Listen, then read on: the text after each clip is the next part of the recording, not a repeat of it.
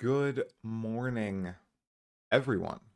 For a lot of people, it should be morning right now, including myself. Ooh, I have the lights down too low.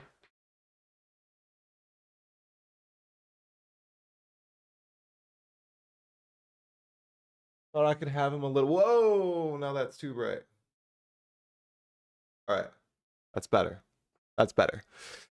How are some of you doing today? We will be talking with Dreamcore and Silver about Path of Exile 2 in a few minutes. I like to respect their times. They're quite a bit ahead of me, so I can wake up early. It's okay. Yeah, we're gonna multitask, record a YouTube video while streaming, just like we did that other night. It's gonna be good. It's gonna be good. Gonna talk to these lovely folks. Okay.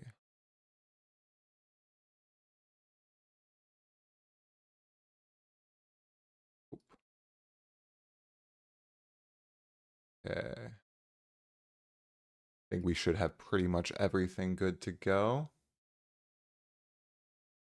Is it possible to send the link for Jonathan's the recording that I did? Of innocence. What was that? Let me turn that down a little bit for the stream. I do not have a link of it, and I cannot share the recording because there was one bug. So I can't share the whole recording. I don't have it posted anywhere, but it is in the VOD. If you want to watch the VOD on either my YouTube channel or on Twitch.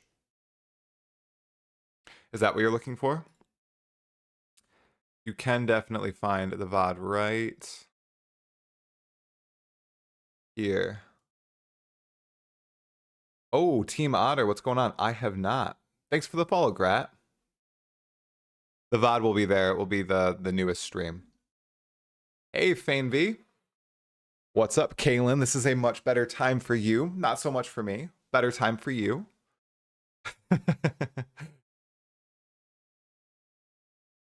Okay. How boring and small. Dude, Team Otter, man. Thanks for the prime. Okay, good way to start the morning. Good way to start. I feel a little bit more excited now. Okay. All right, we're getting people in. I have something that I want to show all of you, but I wonder if I should wait for some more people before I show it off. Pretty cool. I think it's pretty cool, and there's a nice story to go along with it. Okay. We'll get them on in about 3 minutes, and we'll start the pod, the visual pod, around 5 a.m. my time. So Usis had a video. I kind of want to watch that video. Let's see. We obviously won't do it now. Let's see. Okay, it's been out for 11 hours. How long is it? 11 minutes, 35 seconds. Ooh, exciting. He makes awesome videos. He tried so hard to ensure the footage wasn't grayed out, because everyone's footage was a little bit filtered through because it was recorded HDR on the PlayStation 5. It looked way better in person, guys, than what you're actually seeing 4K on my channel and others. Hey, Debs Nibs. What's going on? Yeah, go get food, man. I didn't eat until like 8 o'clock last night. It was a very bad idea. That's the way you pronounce it? Fantastic. I'm thankful. Oh, yeah. It's the best ongoing PB1 series. Easily. It overtook All for One. Sorry, lady. Just did. You haven't eaten anything since Tuesday, Vladis? What happened, man? It's Thursday. It's midday Thursday for you. You wild man. Okay. By the muscular golden arse of innocence. What was that? Hey, Lighter Sark, thanks for the follow. Oh yeah, I forgot. Let me turn that down just a tad. Okay. Alerts. Edit alerts. Getting better at this. A little bit better. Select all, visual sound.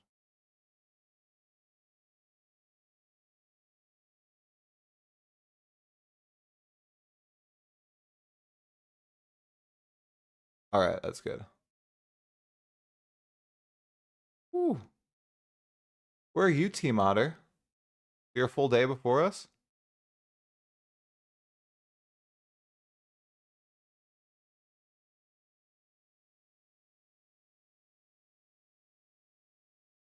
Oh, Hawaii? Okay. I've been there once. That was probably my most extravagant vacation. Okay, I'm gonna get them in the call. Let's see. Okay. All right, how do I call? Start video call, right? Okay. Yeah, it should be starting video call. Hopefully it works here. Hey, Silver, what's going on, man? Can you hear me? Oh, crap, I can't hear you. Oh, one sec. Can you guys hear him? Output device. Dream, what's going on? There we What's go. up, I dude? How you got you. doing? Yeah, I'm good, man. Good. Good to chat. Hello? Can you guys hear me? Yeah. Oh, perfect. Let's go. Viewers, can you guys hear Dreamcore and Silver? There we go. Excellent. Okay. And Okay. I want to use my virtual camera so you guys can see me, I believe. Been a while. How you guys doing? Good.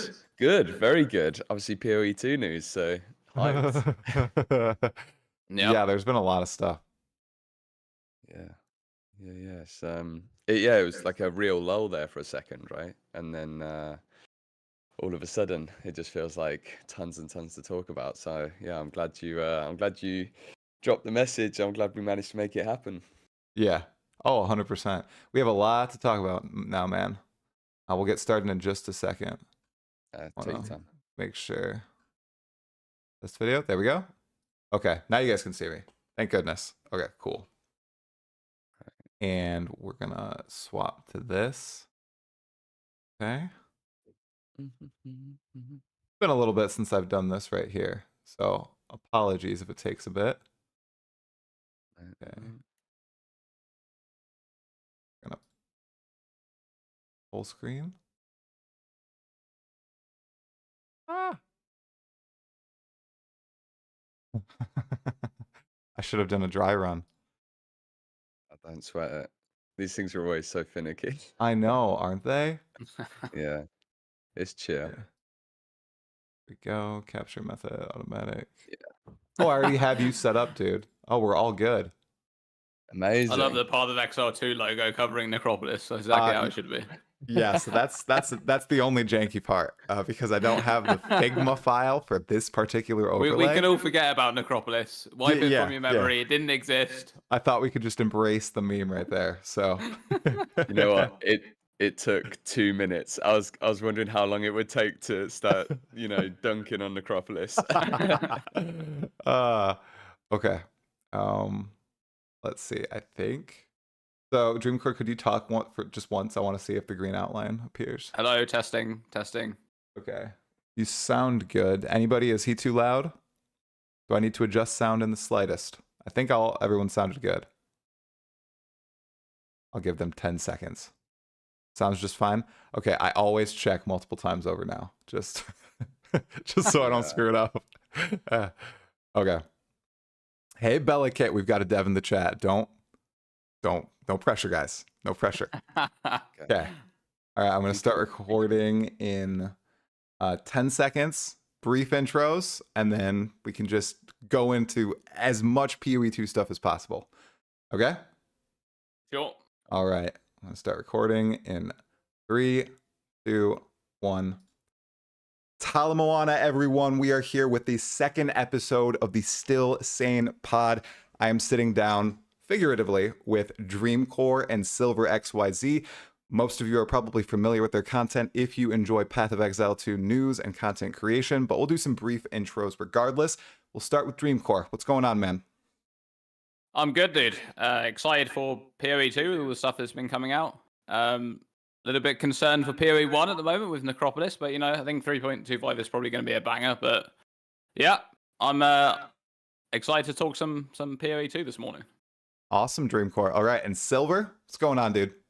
Hey man, yeah, all good. Same as Dream, just super excited. Good to have some good new news to discuss. So yeah, just super hyped. And PoE 1, I think I'm concerned for a different reason because PoE 2 is looking so good. It's kind of it's a bit worrying, but yeah, we'll see.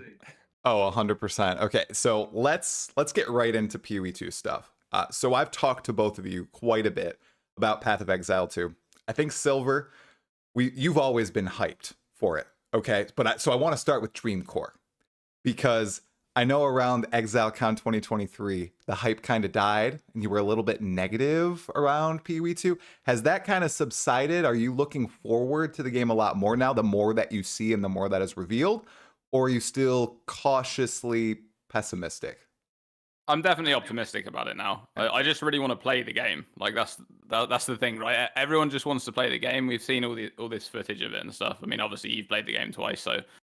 But yeah, I just really want to play the game now. I want to get my hands on it, actually get in there and try different things out. There's only a couple of things that I'm concerned about with Path of Exile 2 now. One of them is the hotkeys. I think hotkeys is something that, I mean, even Jonathan admitted that it could be a problem on PC.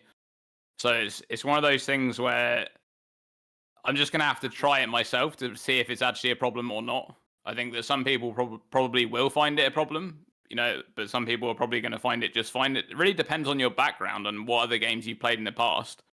Because some games have like tons of hotkeys. If you're doing like WoW raids or something like that, you have insane amounts of hotkeys. You're used to pressing that many buttons. But in a game like Path of Exile, where most builds are just one button builds with some like supporting skills, some movement, stuff like that, we're basically like doubling or tripling our hotkeys going into Path of Exile 2. So that's if you're playing WASD, that is. So that's a big change. So that's the thing that I'm mainly concerned about. I think that's for mouse and keyboard, by the way. I think for controller, even though there's a lot of hotkeys, the layout and the analog sticks and things like that make it a lot more of a comfortable experience overall. I know because I've played controller a lot in the past on different games, and that's just kind of how it is. Whether you have the same level of control on controller is difficult to say, but yeah, I just want to play the game. That's basically what I'm saying with Path of Exile 2 for sure. All right, awesome, man. And Silver, maybe I was being wrong. Are you not positive about the game? You looking forward to it? You know me, mate. I'm fully coped up over here. I'm all aboard the train. So yeah, I just every time something comes out, the thing that keeps, this is so fanboy, but the thing that keeps coming to me is I just get such a calm sense of assurance that even if like a micro decision doesn't maybe make sense immediately, or there's something that I personally think, oh, that's a little off, there's just such an amazing track record now going forward, and every reveal that comes out, there's considerations there.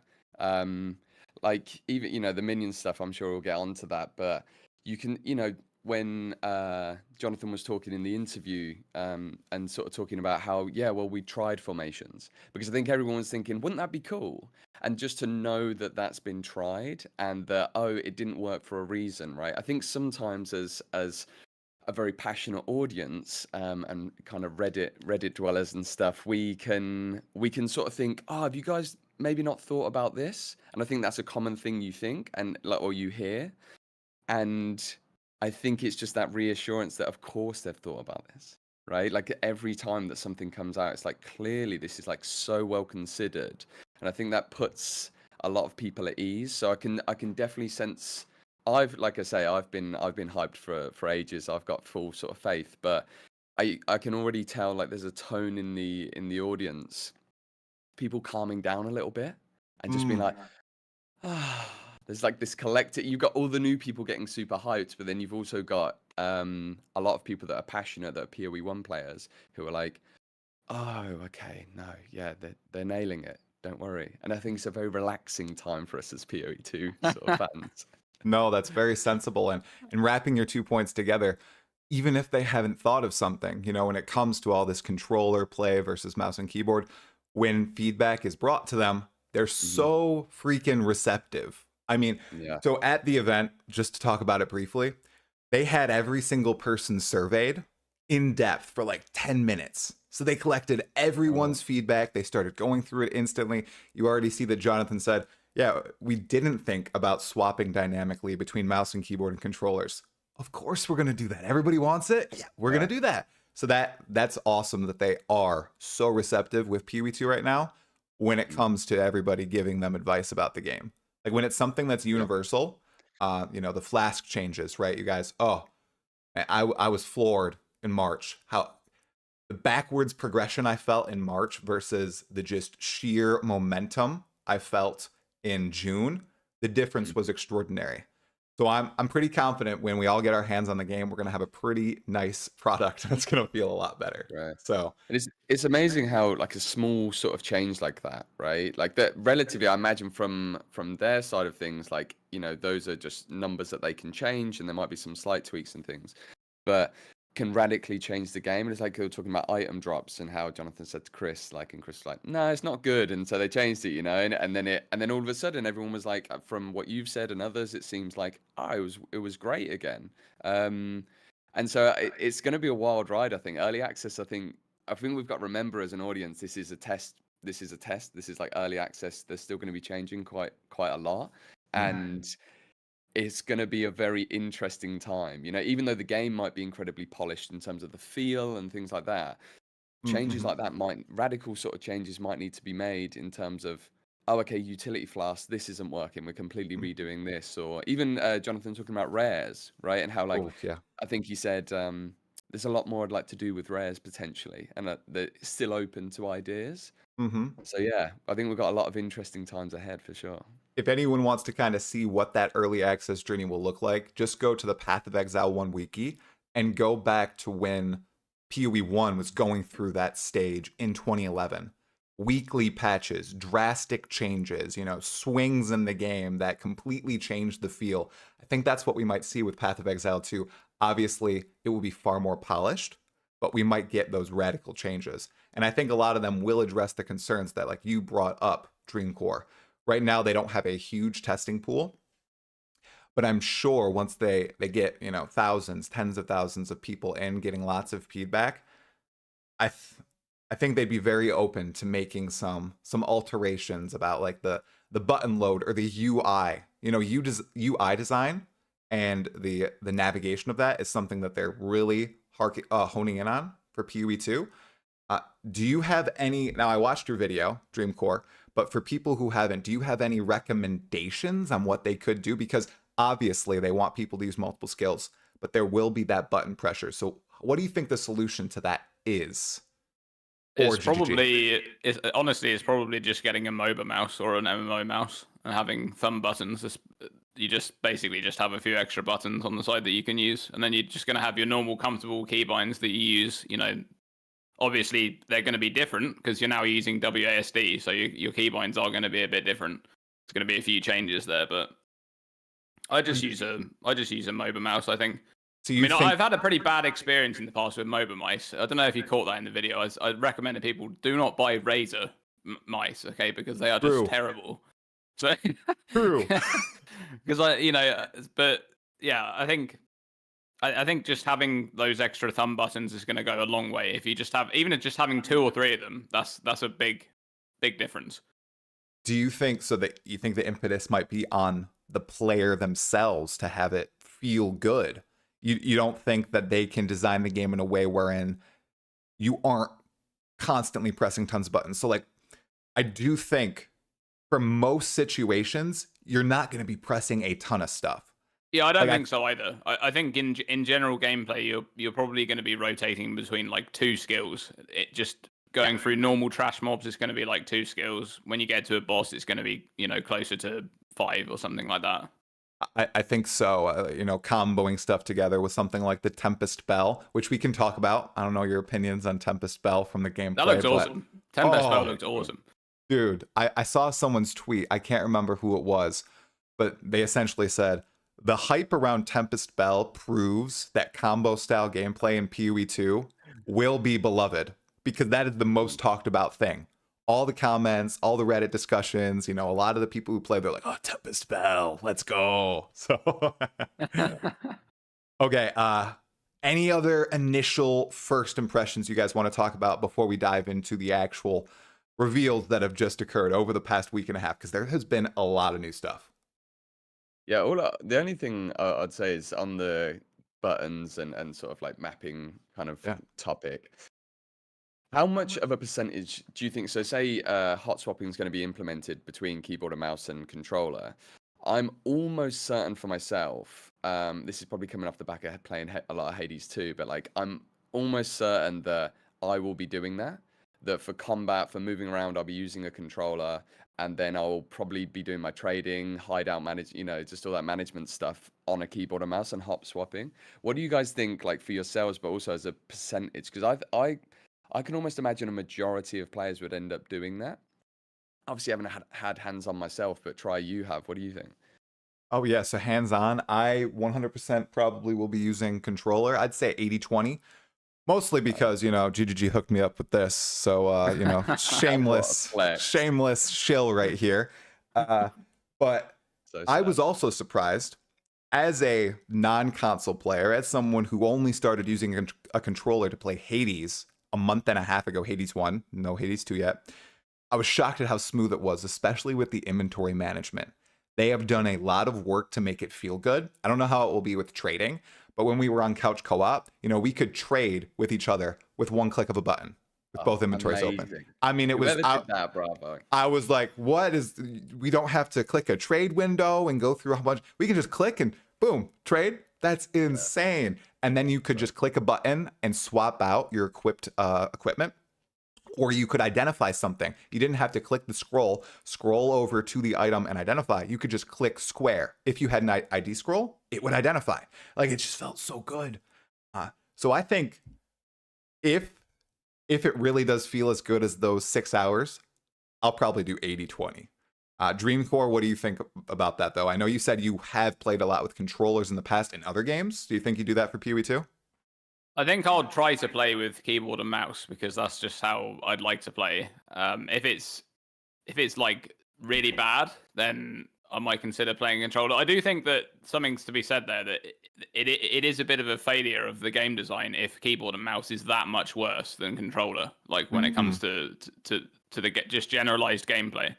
So there is something that they need to do there if there's a problem, but there might not be a problem. It's one of those things like nobody knows what the end game is going to feel like yet playing it. So now it's just one of those things. There was a controversial statement that Jonathan made in my brief interview with him, wherein he said, we design skills and some skills might feel better on a mouse and keyboard and some skills might be better on a controller. What do you guys think about that before we dive into the actual new topics? I think that's fine. Yeah. I think it's fine because that kind of already exists in the game now in terms of like play styles, not in terms of controls, but play styles, right? There's just play styles where you can just walk around, hold left click, and you don't do anything else. Everything just everything's going crazy. Or you can play like slams or something where you're using 10 abilities, right? So there's that already exists in the game right now, and it's just in terms of play style rather than control. So I don't think that's too much of a problem. Yeah, I completely agree with everything you said. All right, awesome. All right, then we don't need to harp on the point because I agree with you as well. So I was just curious your thoughts on it. Let's, now that we have first impressions out of the way, dive into the new content, okay? And we're gonna start with most recent, and then we'll go to the old stuff. And the old stuff is what, a week and a half old? Got a lot of new stuff, guys. So number one, Silver, I want your first impressions on the Witch and Minions. What did you think about that big reveal? Okay, so I have never played a minion build in PoE, ever. It's never appealed to me. I've just there's something about it, and I think it is from a kind of design feel point. Like I've put a skill in and I've summoned a zombie, right? And then I think I left the mudflats and that was it, and so I've never picked it up again. So for me, watching the reveal, I immediately felt like I wanted to pick it up, and I was for me.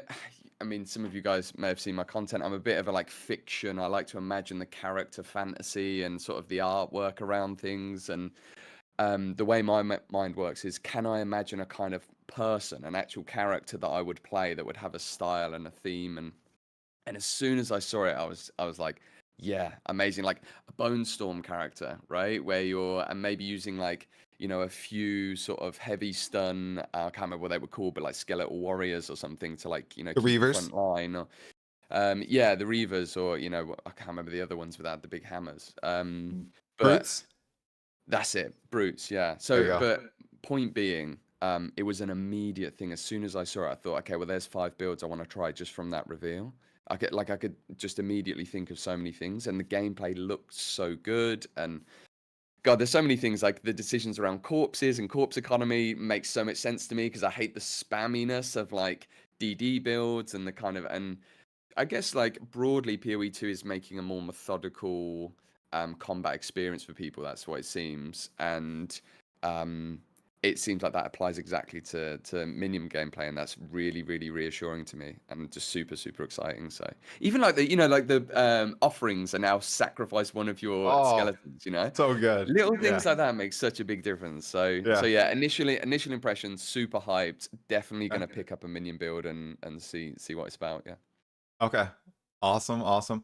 Yeah, 3 cheers for Jonathan just crushing Desecrate in the interview with DM and Gazzy. He's like, no, we're not doing Desecrate. I don't like it. It's not, That's it based. ruined the corpse economy. Right. It made it a non-factor in the game. It's gone. That was awesome. I loved it. Dreamcore, what were your first impressions of Witch and Minions? I want to hear them.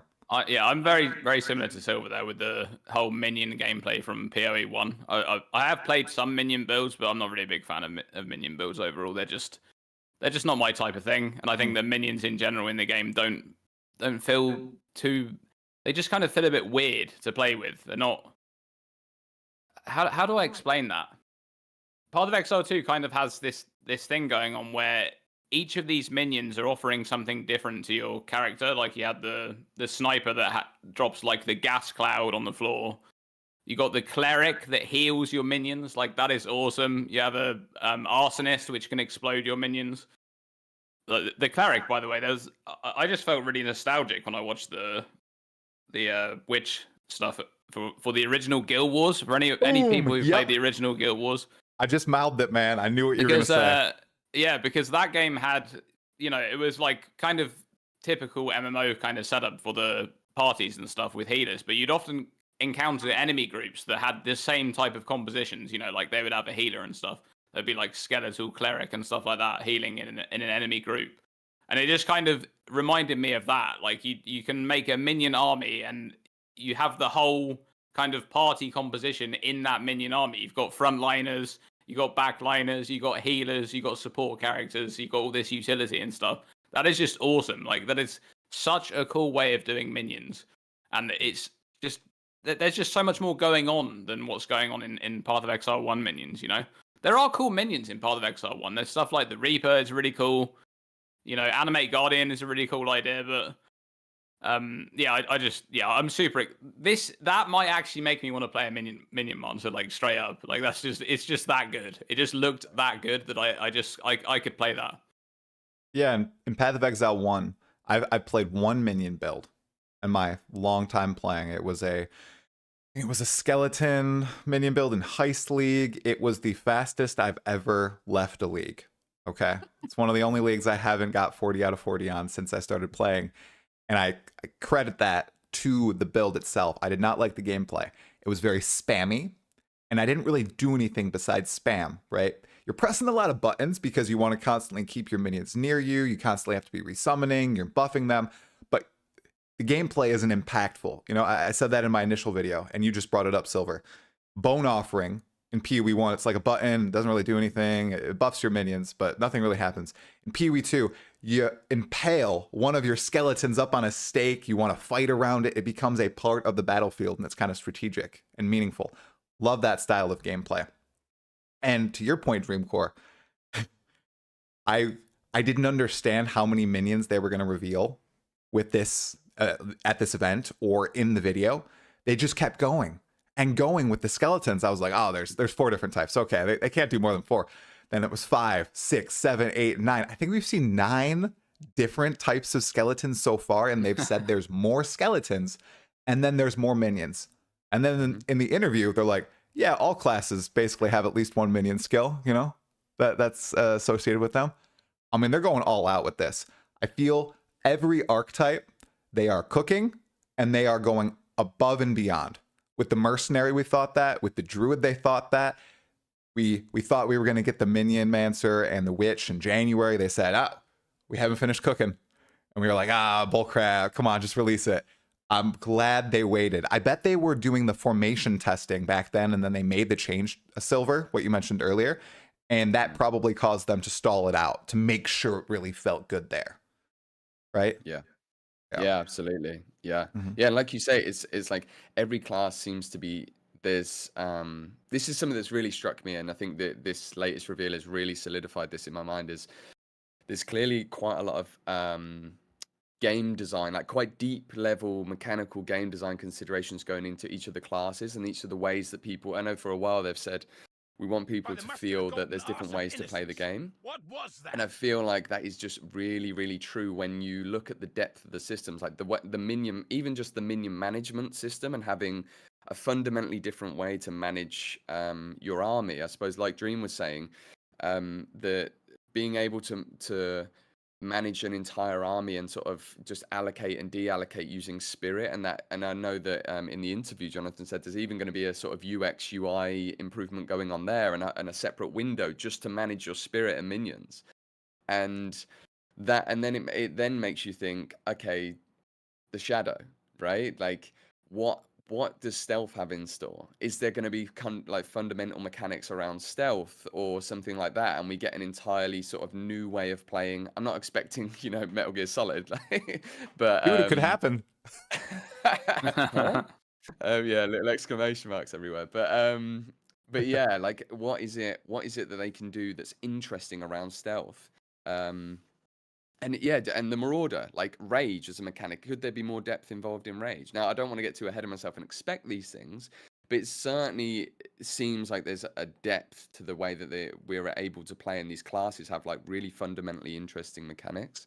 And again, I have to remember, and some people in your chat were making this point yesterday, Troy, which is like, these are actually not class-based. These are skill-based ideas that they're associating to classes, and we really have to remember that. I keep forgetting, but it's just the way that we're currently talking about and it's presented, right? So yeah, super exciting. Yeah, I think Dreamcore. they present it like that. I think the reason why they're presenting it like that is just it's so much easier to understand for someone who's seeing it for the first time. Like here's the witch. This is like a typical classic necromancer style minion monster. But obviously, yeah, like these skills are going to be usable on any class, on any ascendancy. That's just that is part of Exile. Yeah, they would never do anything other than that. So that's exciting. Yep, and Dreamcore, you have been reaffirmed by a dev in the chat. That is exactly why. It's because they are trying to get a huge new audience for PoE 2. I keep stressing this point. Okay, and a lot of PoE 1 players are like, but it doesn't correlate to me. It's not what I want to see in Path of Exile 2.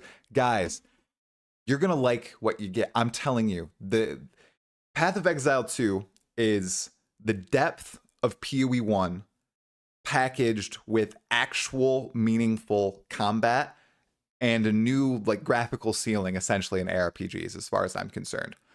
If you've seen that Witch showcase with boss Torgal, oh my gosh, you guys. That was crazy. And the way that the animations are so fluid, and unlike Katava, who, resets into that weird pose after every phase and everything, like jerks, everything was so smooth, right? Like, everyone's commenting how this looks like a AAA game. guys, you should expect that. GGG is investing, 5-6 years, tons of dev power into exactly this, because that's where they feel PoE 1 may have failed a little bit, even though the later parts of the game look great. I think they thought that they could really bring up PoE 1 in two regards. That's the tutorialization, bringing it to a new audience, and then the graphical fidelity. And I think they're doing that with PoE 2, which is just super cool. Super cool to see. Clearly. Okay.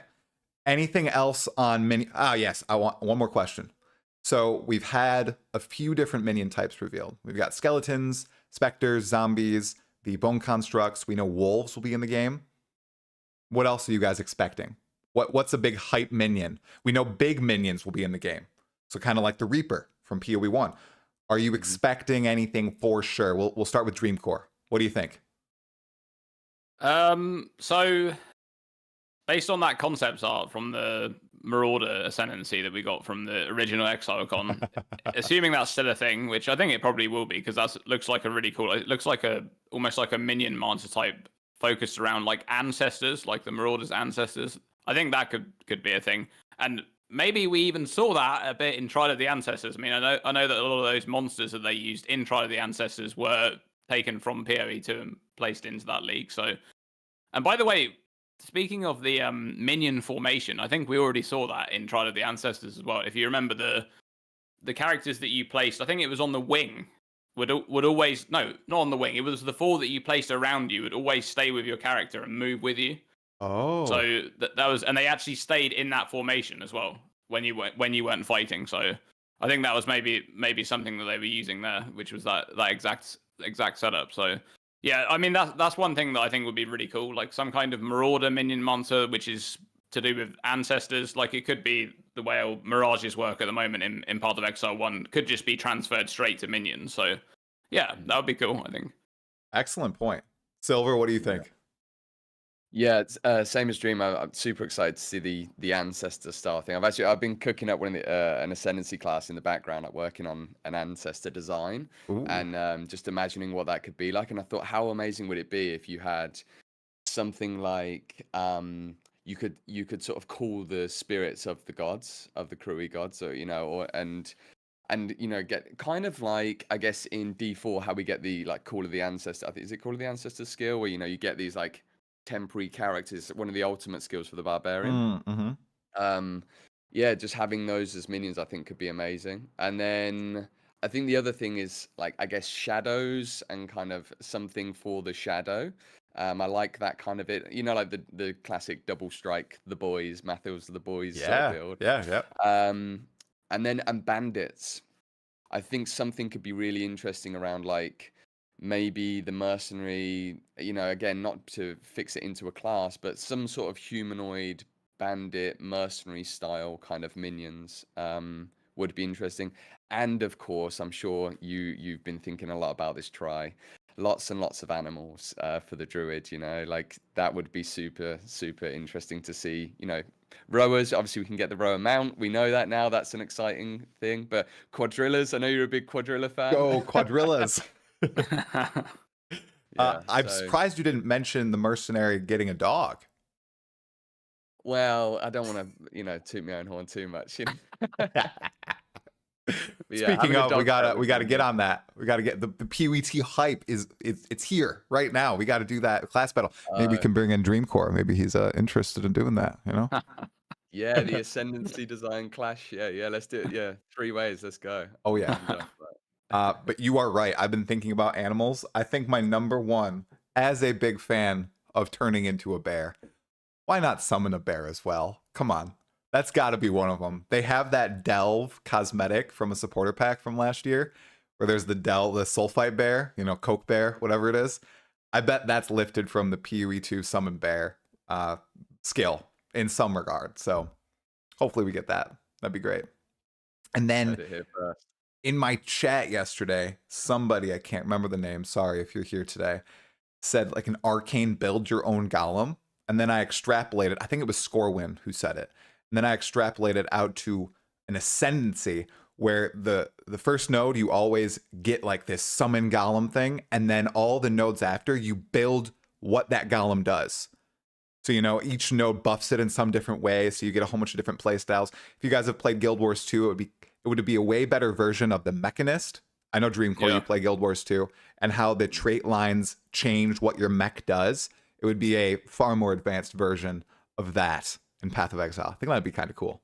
That would be really awesome, yeah. Yeah. Super cool. Yeah, Having this on, giant like, golem just going around smashing everything. Let's go. Yeah. That'd be good. And like, yeah, being able to alter it. But, you know, even with like the tri-nodes that we saw, I don't know if they'll still be in the ascendancies that we saw in the in 2019 at ExileCon. You can imagine like 3 options, you know, to 3 different types of golem and stuff. Yeah. I'm almost, I'll say 95% sure that those will be in the game. They seem to be embracing that sort of design with their new skill trees, whether that's the Path of Exile 2 skill tree or the Atlas passive skill tree in PoE 1. Like that asymmetric sort of design, I think that's going to be present in the Ascendancies too. Yeah, how crazy was this, the news in the interview that came out about the starting areas being different depending on which base class you choose? So, right, the 3 variations of every starting area from an attribute point of view. Do you want, And who wants then- to explain it? Because initially my mind was blown, you know? So I think I've got my head around it, but I could be wrong, and chat will definitely correct me if I'm wrong. So Oh, they the will. idea being that, let's just take the strength starting zone as an example, Marauder in PoE 1. You would pick either a warrior or a marauder in PoE 2, and depending on which you picked, you would get a different version of, say, the first sort of area, that first maybe 30 points or 20 points or something. But then there's a third version of that starting area, which is any non-strength starting position. So, you know, witch, shadow, like whatever, would have another version of that starting area. That was my understanding of it. Is that right Yeah, by you that's- guys? Yeah, that's it, yeah. Yeah, 100%. amazing. That's a great idea. Yeah, it's just a great idea because that I mean, the reason why they were doing that is because the problem of designing like 3 ascendancies for each class that starts in the same position, and then you're bound to have so many stats that the builds just don't want. So it's just really difficult. I don't know how many. I haven't actually looked on the tree to see how many paths lead out from this. Is it still 2? Like it, like we have, you know, like right now we have like 2 main paths that lead out that then branch out. I wonder I if believe it's, it was 4, 2. right? What? Yeah, it's like Yeah. the 2 kind of notables, and then there's the 2. Yeah, attribute. so I guess they're just going to try and sort of tone down the stats there so that they're relevant to that particular class, which is, I mean, that's a great idea because, like Jonathan said, that's actually a really big problem. Like you've got a stat that has something on it that you want, but it also has something on it that you don't want, and a player's instinct is to look at that stat and say that's not efficient for me to take that because half of the stat is something that I don't want, and that, you know, that's the thing even in Path of Exile now. So yeah, that's a really good idea. That's just a great idea. And again, it leads to decision paralysis for a new player as well. It's like it could even be a quit moment, like a minor one, where they go into the passive skill tree for the first time and they're looking at the stats and they're like, well, like these stats don't make sense for my build. Like I'm not even, where am I going wrong? You know, now that shouldn't happen because a new player is more than likely going to go with the archetype of the class they pick. You know, witch and minions, or warrior and big slam attacks with maces, stuff like that. And then once you're more experienced, you'll realize, okay, yep, I'm taking this node right here because I'm going to path all the way to the left side of the tree to go into this wild new spot to enable this wacky build that I'm doing. You know, my bear form, monk quarter staff attack, wind dancer. I don't know what the heck. It's very cool. The build possibilities are going to be wild. Okay, you guys? It's going to be wild. I can't wait. For sure. Yeah. And the attribute nodes as well, just like the final point on this, I guess, is like the ability to pick your attribute. Again, like you were saying, Troy, right? Such a good example of like offering flexibility. And that is a real frustration. I think I can't speak because I've played the game so long, but I imagine for new players where you're like five in off of something and you're like, oh, I just want to use the thing, right? So being able to respec those and switch over to a bit of in, it's going to be so flexible, that early stage of attribute requirements. So yeah, super exciting. One thing I didn't ask about the passive skill tree that I kind of want to now is resetting. This tree now happens with gold, right? But it's still at a node by node basis. I'm gonna ask if they can do a entire passive tree reset with one click, What do you guys think about that? Since it is with gold and it's not with a like regret orbs or anything, do you think that's something that they won't go into, or what? Dream, you got. I know my thoughts. I don't think. Okay, quickly. I don't think they'll do it because I think it's it's like philosophically not aligned with the idea of being able to like wipe your characters like clean, and then it goes against that feeling of like, oh, I'm just unlearning a couple of recent things. It's like it's that kind of clean slate feeling that I think the team are really against. Okay. I don't think they'll do it, but they might. It might just be one of those things that Jonathan's like, okay, that's fine, but we're not giving you a discount on it or anything. You just pay the full price for every node. It just comes like a bulk option. It's you click it, wipe the whole passive tree. Are you sure you want to do this? Are you positive your whole tree's getting wiped? And then yeah. I think they might. I don't really see the problem with it, but it's one of those things where they might, like exactly like Silver said, they might not add it because it kind of goes against what they. I mean, that's sort of the reason why all of this back and forth with passive tree resets in Path of Exile 1 was a thing to begin with.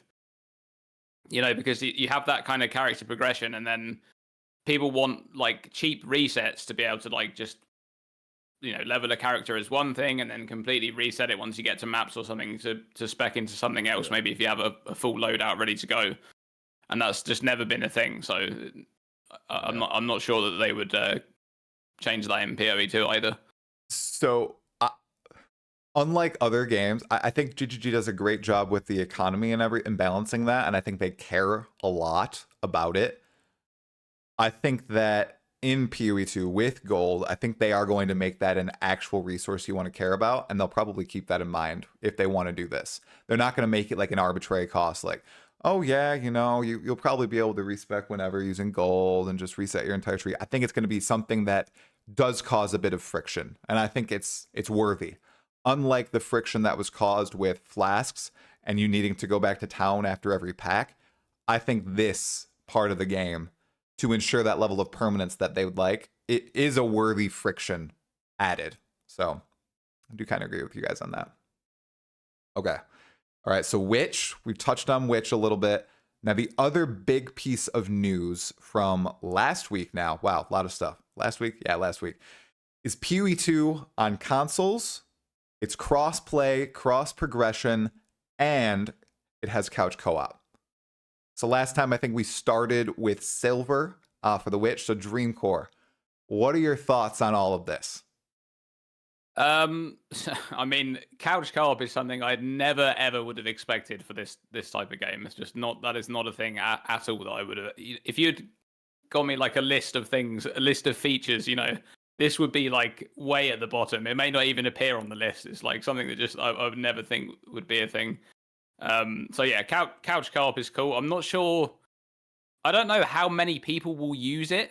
Like it's the setting that they done for the test, right, with all the couches and stuff. That's really cool, and I think that some people will play it. But I don't know how many people will actually interact with that feature once the game's long into its progression. Like I don't know if Path of Exile 2 remains as like a typical solo player ARPG, which is, that's kind of how Path of Exile grew and become the game that it is now. But yeah, cross progression is really cool, and all those things like having the same economy, having the same trades between, trade parity and whatever between all these things. That is really, really good, because that's actually a huge problem right now. If you're playing console, there's just some things that you cannot get. Like if there's like some boss that you can't farm yourself and nobody else is farming it, well, you're not getting that item that boss drops, because the league there's just nobody doing that, right? So yeah, that's really good. Now it won't matter how you're playing, like as long as there's people playing, which there will be, because the game's going to be good and people are going to be playing it, then the economy is going to be there, and you'll always be able to buy these items. So on that couch co-op angle, I'd just like to address it. It matters what market they break into with this, because as far as I understand it, couch co-op is huge for D4. If they can break into that casual gamer market, I think that people will play it long after. I had an excellent time with it. I did not think I was going to like it. I will not lie. Like, I was like, oh, that's so cool. I probably won't like it though. Why the hell would I like it? You know, I like zooming. I don't like zooming, but I like going, like keeping on progressing. I don't want to be held back by somebody else. What's this? And then I played with my wife and it was lovely. It was great. Like, she's a new player. I wasn't frustrated. I could guide her through everything. The camera actually felt pretty good. You know, I thought the difficulty level was decent. I know some people thought it was a little too easy. Did not encounter that. But I ended up really enjoying it. So if anybody out there is a little skeptical on like the longevity or trying it out, just do it. Find someone that you enjoy playing with in real life. Invite them over when PoE 2 comes out and just try it out. It even works on PC. So I could see that. I could see, like, there's like a group of friends that play Path of Exile solo, and then like occasionally they just like, one friend goes over to someone else's house, or they just play some like co-op for an afternoon or whatever. Like that. I could definitely see it like that. That works. Yep. So that's why it's just a really cool feature to have. Like, it's just a feature that I would never have expected, like I said, and now it's just there. Like there it is, and it looks really good. Like the way it works and stuff looked really. I kind of expected it to be all like glitchy and stuff because this thing just came out of nowhere. But no, it was actually really good. Yeah, I was surprised. Silver, what do you think about it? Yeah, I've just listened to you guys there, and it's interesting just thinking about all the different ways it opens up to play. So because my housemate is he's not a PoE 1 player. He's kind of been waiting for PoE 2 to jump in and try it. And we played D4 together on couch co-op. And that was such a fun experience. I remember sitting down and just being like, God, I haven't done this in years. I've not sat next to another human being and played a fun game together in so long. And that was really refreshing and very different. And like you say, it wasn't zoomy. I wasn't thinking, right, let's get to Act 10 in, in like 6 hours or whatever. It was like, in the D4 sense, we just took as long as we wanted. And it was very different. So I think I can imagine scenarios like waking up on a Sunday and going, should we just try hardcore run and just see and just stop when we die, right? Or there's just so many different ways to play the game now. And I think broadly, my take on this has always been, we love this game. Like, everyone watching this video, we're pretty into the game, right? We're the people that will probably be playing on PC most likely, but we might want to play with our friends and stuff and introduce them, and that's cool. In terms of what we get from it, as a kind of more dedicated audience, perhaps, is like, well, if the player base sort of quadruples in size, and we know GGG aren't going to dumb the game down, right? I think that's already been evident in their approach, and we've seen enough evidence of that. So we know the game's not getting dumbed down. All it means is they're getting way more profitable, hopefully, right? Like, bare bones, this is the thing that I think is, if the team have more money, there's more devs, there's more dev time. They've proven that they're willing to invest in the game very long term. This isn't a cash grab or something like that. So it just means more content for us. And in that sense, I'm like, console, go ahead. It was so exciting seeing like millions of people. What was it, like probably the highest watched video on the channel now, right? For PoE. Number like 2. It's right behind that initial Path of Exile 2 gameplay, but it leapt to number 2, and it's been a week and a half. That other video has been out for 5 years now. 5 years. You know it well. Yeah, I totally agree with you, dude. Yeah, super exciting. More money, less problems, hopefully. 100%. And some of the issues I tried to address with Jonathan, and one of them was like patching. They don't seem to be very worried about it. And of course, it could just be, oh, we want to massage these worries. There's not going to be a problem. But it sounds like they'll have very swift patching cycles with this. They've already thought about it. A lot of the changes they make are server side anyway, so they don't need to run it by Microsoft and Sony for that. So that was something that a lot of people were worried about. And then the other was graphical fidelity. It ran well on the PS5. I don't think they're going to dumb down the game's graphics or, like you said, Silver, complexity for consoles. Even though they are building it with console in mind, like they want to launch it on consoles, it's not going to be a port. I still think they're trying to make it the best possible experience, like on PC. Like, they're not going to say, okay, well, we can't do this because we're going to be on a PS5. They're saying, okay, we're gonna do this, and we're gonna do our best to make it play well on PS5. Like that sort of thought, right? Which I Yeah. appreciate. It's good. Yeah, it's like I can't remember the guys. Is it Alexander, the graphics lead? Yeah, the graphic, yeah. the guy who made all the different textures and figured out that cool algorithm. Yep, that's Alexander. Yep. Yeah, so like it's like he's that famous clip of him saying the what's it, the more expensive it gets, the cheaper it gets. It's like Yeah. the more rays we cast away. Mhm. That famous talk that he gave. Yeah. It's like I'm sure they'll figure it out. And like you say, if it's already running pretty well, I know some people said there's some frame drops in the Draven fight. Yep, that was the But only place I got it. that's just optimization, right? Surely. I mean, Mhm. the platforms aren't that far behind modern PC spec platforms now. Maybe on Steam Deck there'll be some pretty radical, like scaling stuff, but Mhm. yeah, no, it all seems good. Not worried about that at all. Yeah. I think it's Okay. really nice that the console, with PoE1, they kind of made the console version after the game launched, and they kind of had to shoehorn it in there on consoles and do all these workarounds and things like that to make it work, and from what I've heard, the experience is still quite good for what it is, but it's, now they're actually designing the game for console and then also for PC. It's like two separate experiences tailored for each setup. So I think that's great. Like, yeah, it's just gonna give you the best possible experience no matter how you're playing. Yeah, the mobile Fall Guy is now a game director on Path of Exile 2. How cool is that? He was so nice. What a chill guy. In all of his interviews, he's always like chilling like this. He's such a chill guy, yeah. He was like that in the presentation. He was just like, "Oh yeah, let's play some PoE 2." He was rocking it when they did some co-op. Huh? Is he British? Oh God, I I don't know. Don't he's ask kind of- me. Don't ask me. No. What do you I think he reckon, might. Dream? I think he might be Australian. Oh, wow. Classic mistake to make. I don't know. Maybe we have someone in the chat who can answer, but I don't know. I don't can't know do for accents, sure. guys. I don't know. His accent seems like a sort of half, like it's that like English and Kiwi accent, which makes sense. But it probably sounds a bit Australian. I don't know, but yeah. I defer to Anyway. the both of you. Okay, so we've got Witch, we've got console. Now, I think those were the two big reveals, but obviously we've had some gameplay and that interview. Well, we've had a lot of interviews, but that recent one with Gazzy and DM and Jonathan. One big highlight for me is something that we've actually seen in Path of Exile 1 last league, and that's the PoE 2 campaign having a bunch of secrets or mini encounters, mini bosses in every area, in addition to the big encounters. And they provide us ways to bring that floor up.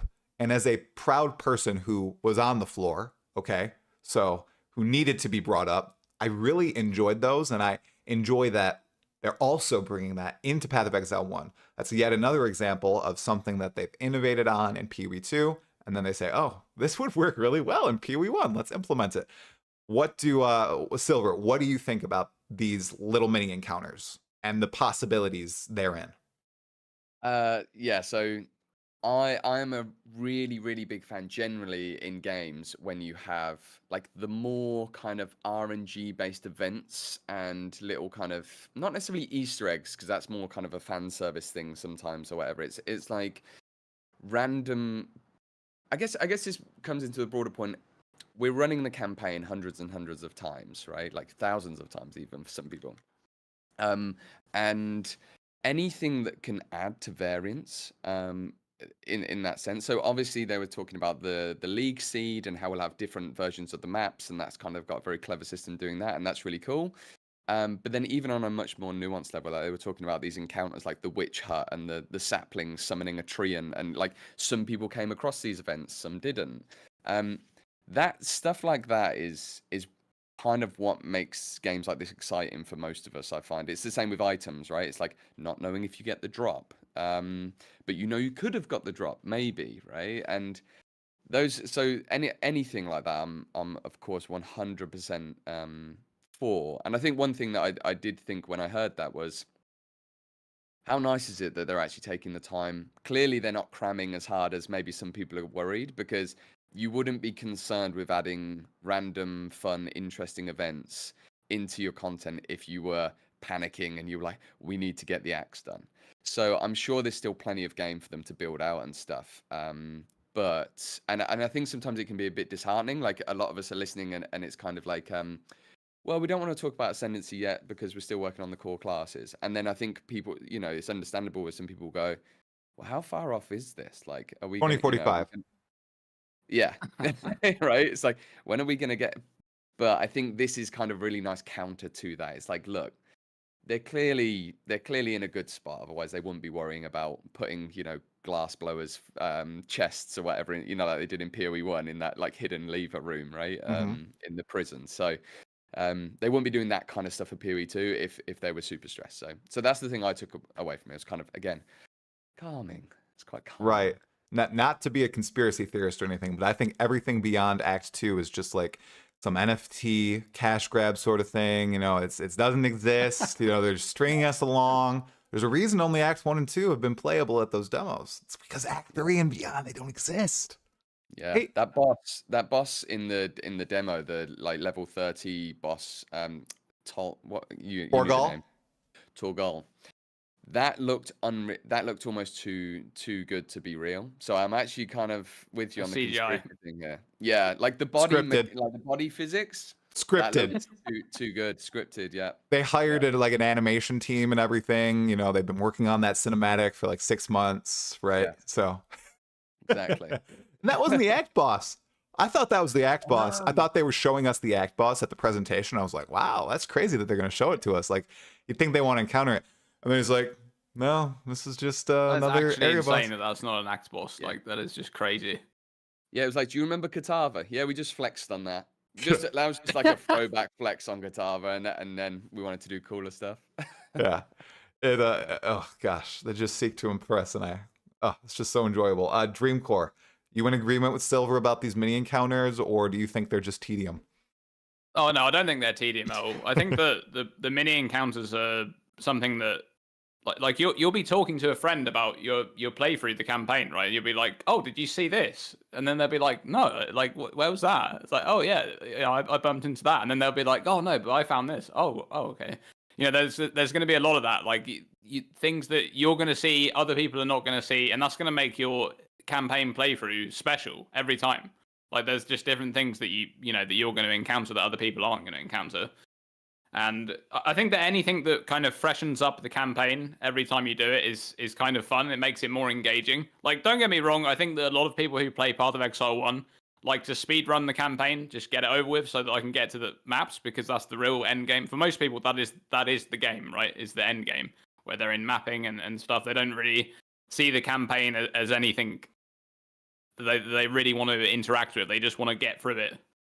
Maybe with Path of Exile 2, the sentiment is changed around the campaign, because you kind of see this as more of part of the journey. It's something that you actually enjoy doing, because I want to say that for most people, I mean, you guys can jump in here if you don't agree with me, but I think for most people, the campaign, it's all right. Like, some people absolutely hate it. They just won't run it. Like, they'll make one character a league and they cannot possibly make a second character because they don't want to go through the campaign again, right?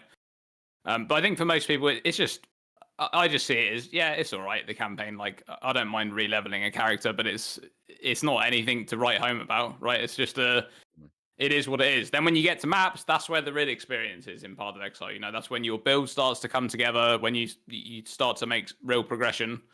So yeah, I think anything that makes the campaign, also not just that, right? The campaign for each league, the map and stuff is changing, right? The map's going to be like randomized. Yeah. Areas are going to be completely different. So I mean, I feel sorry for speedrunners, right? Speedrunners are going to have to somehow like hack the system so they can somehow know what's going on. But yeah, anything that makes the campaign more interesting every time you go in, and so that you don't know what's coming. That's I think that's a good addition to the game.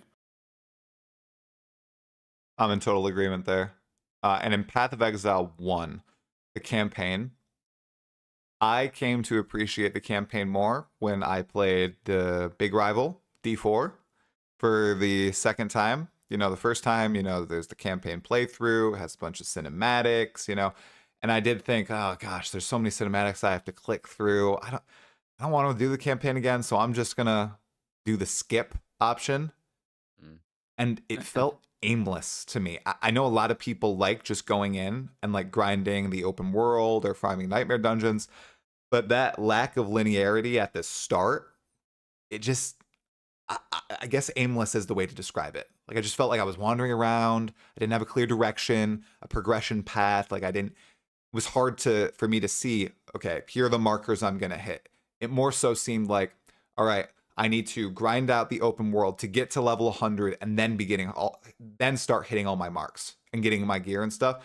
In PoE 1, I like the progression that you get through the campaign, early maps, mid-tier maps, and then red maps, which is, early end game, I'd say red tier maps. And then you start ramping up everything. So I like the campaign approach in PoE 1, even though, I don't think it's anything special at this point. I think PoE 2 is going to knock it out of the water. Silver, what do you think on that? Yeah, I agree. I think, like you said, there's a point. There's something to do with the structure and the linearity and the kind of check marking of things. Like you sort of, as you play the campaign more in PoE 1, you start to get an idea of. You discover your build. I really think this, like, you obviously flesh out your build towards the end game, right? But I've never been someone that has played leveling builds. And there are people that like to do that, but I like to, if I'm playing like a I don't know, like a heavy slam build, I'm heavy slamming my way through, like, through the entire campaign, right? Or Infernal Blow. Painful, but then you get this sense of progression and stuff. So I agree, having that structure is really helpful.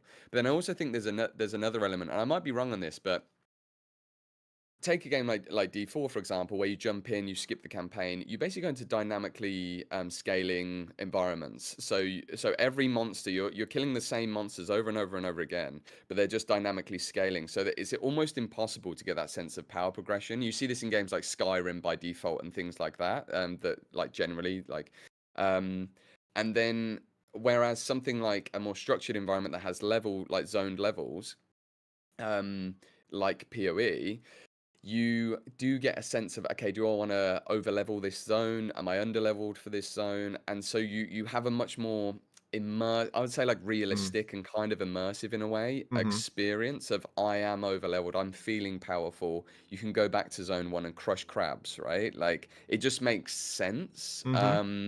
Hate level scaling. Hate it. So I think that's probably a big, perhaps underrated part of this as well, is there's no other, the only other way is to go into a dynamic scaling environment. And I just think that feels, like you said, aimless and very, very shallow. It kind of breaks the immersion for me in my mind, the power fantasy of it. Yeah. So yeah. All right. I've got 2 more topics for the newsy aspect, and then I want to dive into some predictions before we close out the podcast. So first, next topic. All the monsters we've seen. So in my eyes, being able to constantly find new beasts to fight in every area is such an intriguing part of the game. And the fact that it's 600 plus unique monsters, not skeleton with fire head, skeleton with ice on body, skeleton with acid arms, skeleton with lightning feet, something like that, is... It's so compelling to me, okay? Like being able to go from one area to the next, and in the new area, there's flaming pigs that leap at you, oinking, and they explode. And then in the next area, there's a whole bunch of little like corrupted children that are sprinting at you and throwing up blood on it. It just never stops, right? If they can keep up that level of quality, I feel like that's also going to add to the replayability, not only of the campaign, but to endgame maps. I mean, guys, think about that. Like already in PoE 1, the monsters don't feel that repetitive. In PoE 2, they're going to have such a large pool to draw from for all these mapping. It's going to be wild. So I just wanted to get your 2 takes on that. Is that monster variation important to you guys as well, or is this like a phenomenon that only matters to me? Because I know like a lot of people who play like Guild Wars 2, for example, doesn't have a lot of differing monsters, lots of repeat stuff, but people don't seem to really care about that as much. And GGG seems to be putting a huge focus on making sure every area has a unique set of beasties to fight. Dreamcore, let's start with you.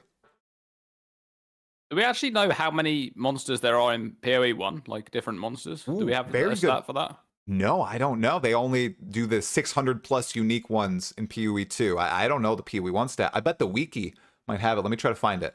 I mean, as you said, like it already doesn't feel repetitive in Path of Exile 1. Like, yes, you encounter the same mobs fairly often if you're running maps really quickly, but it's not really ever a problem because you have such a diverse pool of mobs in every map, and it's just like not really. It's not like you're going into a map and fighting all of the same mob. You know, like every monster is the same mob. So yeah, I honestly, that's more and more variety encountering in maps. Just once again, similar to that campaign idea of having like the little things appear that you don't see every time. It just means that every time you enter a map, you don't really know what you're going to encounter. So it's like every map is going to be special in that way. And yeah, if it's the case that there are just that many more monsters in Path of Exile 2 compared to Path of Exile 1, then it's going to be even more the case of that thing where you just have no idea. You go into a map and it's just like completely new, you know, something that you haven't seen maybe for even 10 maps might show up, right? So whereas in Path of Exile 1, it's not really like that. You do see the same monsters quite often, but it's never really a problem, right? It's not really something that people complain about. But yeah, anything that makes your gameplay feel fresh, then I think that's going to be great. So before we get to you, Silver, I just want to go on this point that Dream just said. So in PoE 1, right, monsters don't feel the same. I think a big reason to that is all the modifiers that you have in maps or on monster packs, and they make each pack feel kind of unique, even though, you know, we blast through a lot of them. I wonder if in PoE 2, for mapping, they're going to lean on customizing which monsters you encounter in the maps, you know? With the various, because if there's going to be 600 plus, maybe that's how you carve out the difficulty or the challenge of a map. I don't know if I'm communicating this effectively, but instead of, you know, 35% to elemental resistances, you really focus on, okay, this monster type is going to be, or this specific monster will be on the map. This one might not. And maybe that's what the All Flame was representing. That's the lantern, yeah. Yeah, the lantern. What if that's the mapping system from PoE 2? They're testing it out in PoE 1. But in PoE 2, maybe it's going to be a little bit less manual, because I think that was way too manual for every single map, right? Yeah. So yeah, I think we were all thinking the same thing as you were saying that, right? It was like, it seemed. I remember us having this conversation just before Necropolis, I think it was, right? And we were talking about this and how I think like I was saying about the item rating system, and how potentially that was a test for the tiered rare system, and maybe not, you know, a very different implementation, but essentially a mass scale test of, have we got the numbers right, like the weightings right on this tiering, and how do we want to do this tiering? Is it exclusionary? Are we excluding lower tiers from rolling, or are we just increasing weightings and things? And I imagine they got some interesting data from that, and I think you're right. Like, I think it'll be something potentially, because listening to what Dream was saying there, of course, we want more variety, right? And I completely agree. The question is how we do it, and we haven't heard anything about the mapping system. We know there'll be a mapping system, but what defines these maps? How do we craft them? How are they different? How do they want to approach them from a randomness point of view, right? Like, is it, obviously we have procedural, like, generated zone layouts, but are the monsters procedural? How crafted are they? All these questions, right? And yeah, the All Flame system was the first time we've got an opportunity to look at the types of monsters that are in the game and actually get information around the types of monsters. So I don't know. It's just a really interesting thing to think about. And I think something we have to remember as well is the team's experience developing the monsters for PoE 2 is much higher than it was for, let's say 50% of the enemies that are in PoE 1, that kind of backdated, earlier developed stuff. And so you can, I mean, you saw it in Witchwood. Witchwood, not Witchwood, Wildwood. Yeah, sorry. Yeah, it's like, there was the variety there was even with the PoE 1 combat was quite different, and there was quite a lot of, and that was kind of a problem really, because you just get charged and instantly gibbed and stuff. It's really hard to work out, to compare the two, because PoE 1, I don't know what most of the monsters do, because I've either exploded them or they've killed me. And that is just, I think, a very common experience. That's the way the game's set up, and there's nothing they can do about that, really. People talk about, let's change it. It's like, we can't really do anything about that.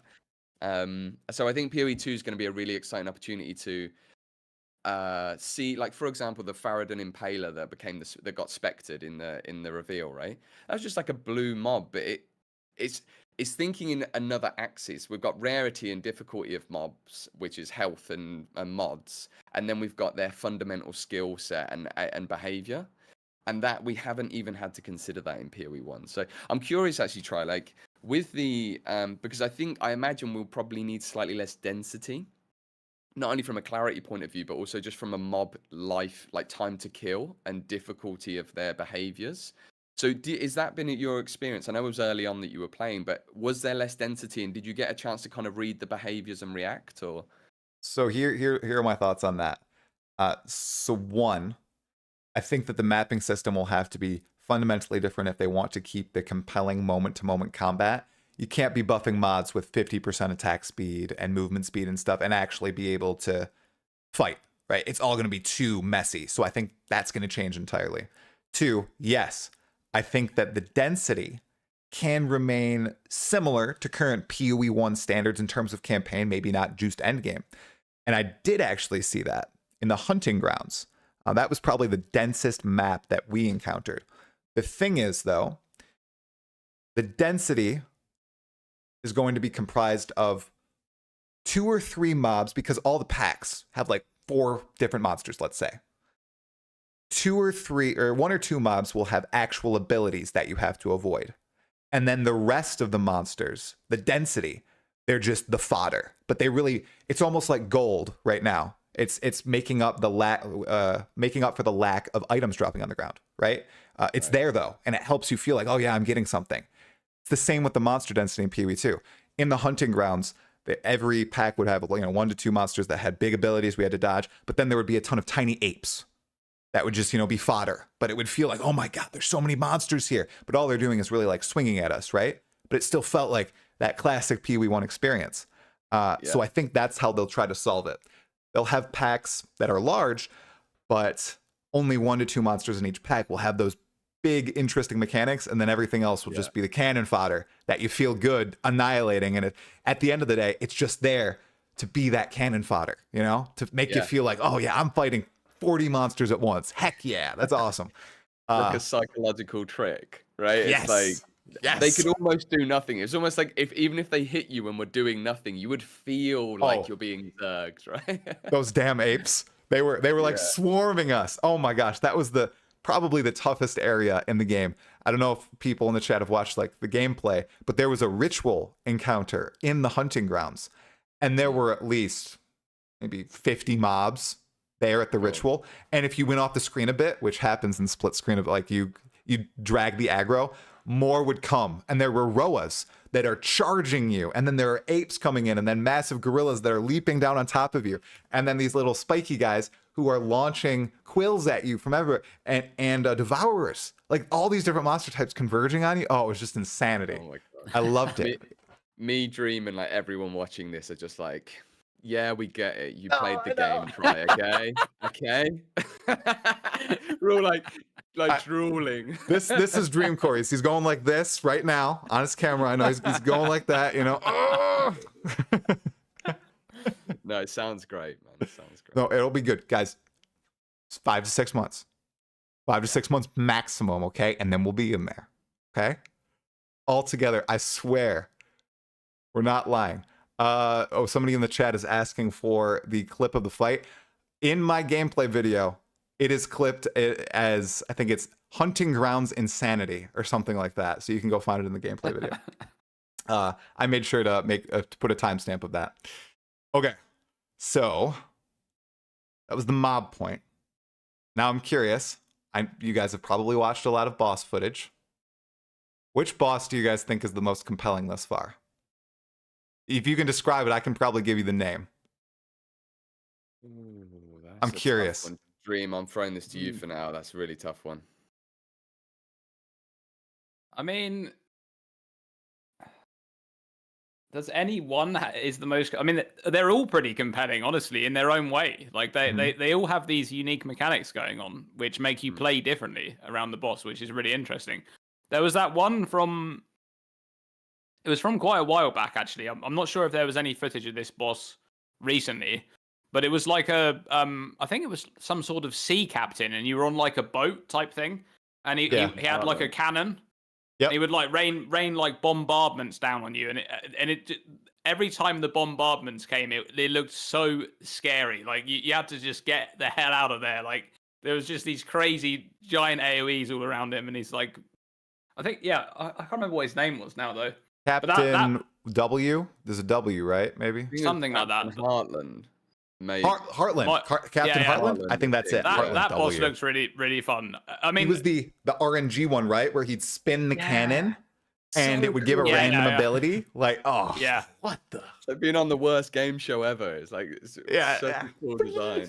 Also, the whole look of that boss and everything was just awesome. I just really like that whole aesthetic of the like fighting on the ship, and this like a sort of dead sea captain or whatever. It's like a ghost or something. It just looked really awesome. Yeah, that's a good one. Most of the bosses just look really compelling. Like they look like something where you do have to pay attention. You know, it's every boss has different mechanics, different things going on. It's not always going to be the case where, because that's the thing with Path of Exile 1, most boss fights and most encounters that you have, even like in maps when you find like a tanky rare mob, it's just run circles around the mob, right? That's basically what you do. You run circles around the mob. It doesn't any spells that it uses can't hit you because you're just like constantly rotating around. So I think that having like these interesting mechanics that like catch you off guard is something that's going to make those fights really interesting when you do encounter them. Oh yeah, you're either at 0 or 100 for PoE 1. It's like, you know, asleep or real shit. You know, like the Maven memory game or the Searing Exarch ball phase. You know, stuff like that. So, yeah. Okay, Silver, you've had some time to think. Is there anyone that looks good to you that you can't wait to fight yourself? Yeah, they all look good. Obviously, I think like just and like you were saying, Dream, such huge variety. I think probably the most iconic for me so far is because that's the only thing I can go off. They all look amazing. Like I want to fight them all. Is probably the Devourer, and I know that's like not like I don't know. It's like so early on, and we've seen a lot of that, but. And I definitely think there's probably going to be way better fights, and there are better fights, right? But there's just something about, for me, it's like the theming of the arena and everything is so interesting. And there's something about being in this cave with this like giant devourer, and the way you see the body coming out of the ground, and it changes the dynamic of the arena. I think that's similar for like the Wrathbreaker, the sort of Centaurian half man, half the hyena man, you know? Yeah, the hyena guy. That fight's wild because I don't know if people realize with the gameplay, but there are cliffs above the plateau and there are hyenas chucking spears at you from above. So you have to decide where you're going to stand and kite this boss. And then every 25%, hyenas rush up the platform and attack you. Yeah. And that was one of the coolest feeling fights because it felt like you were almost like a heroic last stand. Right on this plateau, fighting the swarms coming at you. At least that's how my wife and I felt when we were playing it. So, because we were that's bad. That's how it looks. That's how it looked. It's like these like you know the zerging moment of all of these. I suppose it's just that very clever mix of area of denial, of phases, of all the things that make a juicy, interesting, good kind of fight. Like if I was to say on the other side of that, and this is not really throwing shade, it's just like to give a contrast, it's like the Blind Beast fight, right? That is a much more kind of like probably simple, really cool, really interesting fight. But it's a much more simple fight, right? It's like you have a fixed arena, it's got some kind of like area denial stuff, but it's temporary. And then contrast that with something like the Diamora fight, where it's like there's like this, phase, this petrification phase, and you're going around in a circle, and there's all these like beams, and there's ads, and then she's jumping in and out. It's like, I don't know. I just think we are gonna be. I think this is the thing that is going to be one of the biggest marketing things for the game, right? And it already is proving to be like just within channels that we probably float around in, but you hear a lot of comments about the boss fights. And even Jonathan even threw it, a little bit of shade right the other day. He was like, yeah, some of our kind of rare mobs that like we've made for these like random encounters are basically as good as bosses in other games. And it's like, I know what games you're talking about. Right? It's like, the Tomb Lord. I mean, it's clear that like it's an area that they're excelling in. So God, I'm gonna stop talking now because I could just talk about this for hours. It's like Shout out bosses to is Mark so Roberts, who is the architect behind a lot of the bosses, or so I hear. Yeah. So nice job, Big man. Killing it with the Yeah. design. Oh man, what was I gonna say here about the bosses?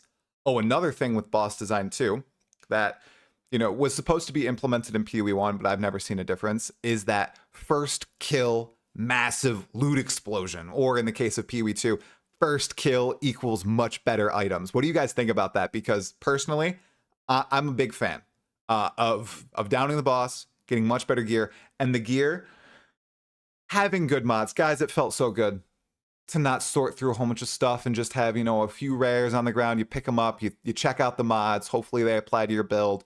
Felt way better than having 30 items drop. I know a lot of people are concerned with the fact that there's going to be less quantity of loot and you're not going to get the dopamine hits, right? I like it better. I think the dopamine hits will still come. They'll just come when you identify an item or you find that really awesome rare. It's going to be basically a graveyard craft comparison, just dropping off a mob, right? I think that sort of feeling will exist in PoE2. What do you guys think? Yeah, there's nothing more depressing I thought in PoE1 than when you kill